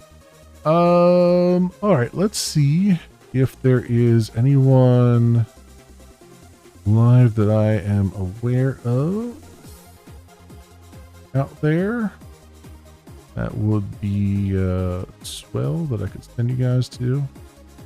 It looks like Shin and Overlord Cornut are still live playing Destiny 2.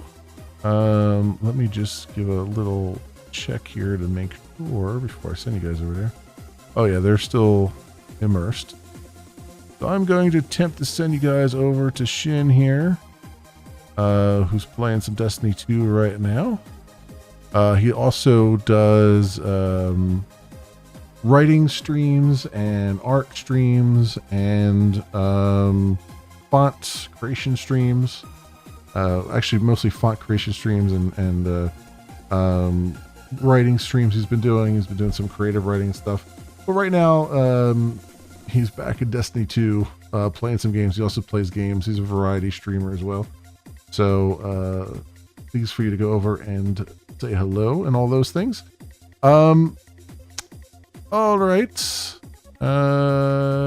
That will do it for me, my friends.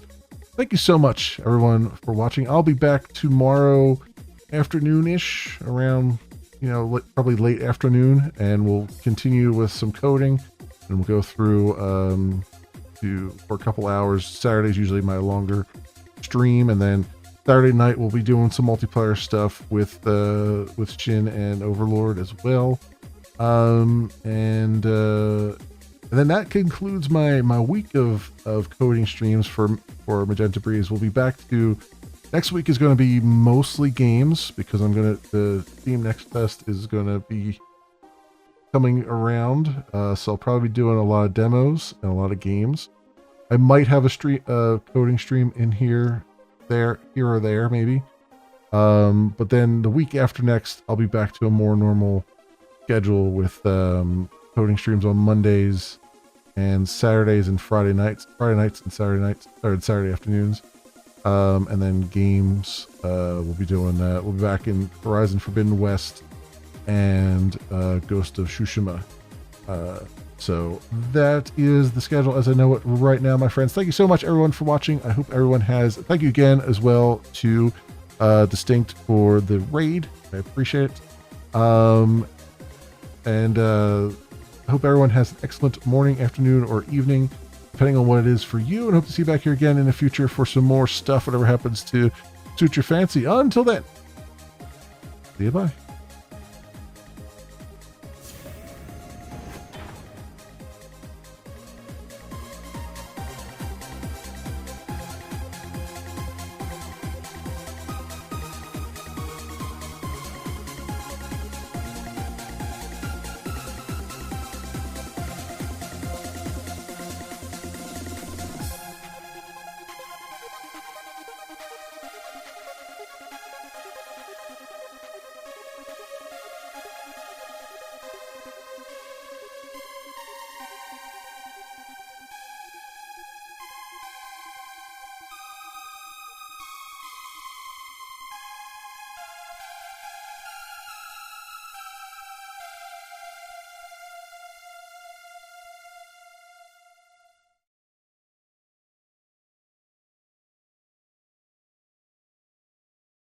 Who are you and how did you get in here? I'm the locksmith. And I'm the locksmith.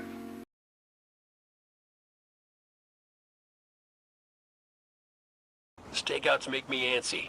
Sit still.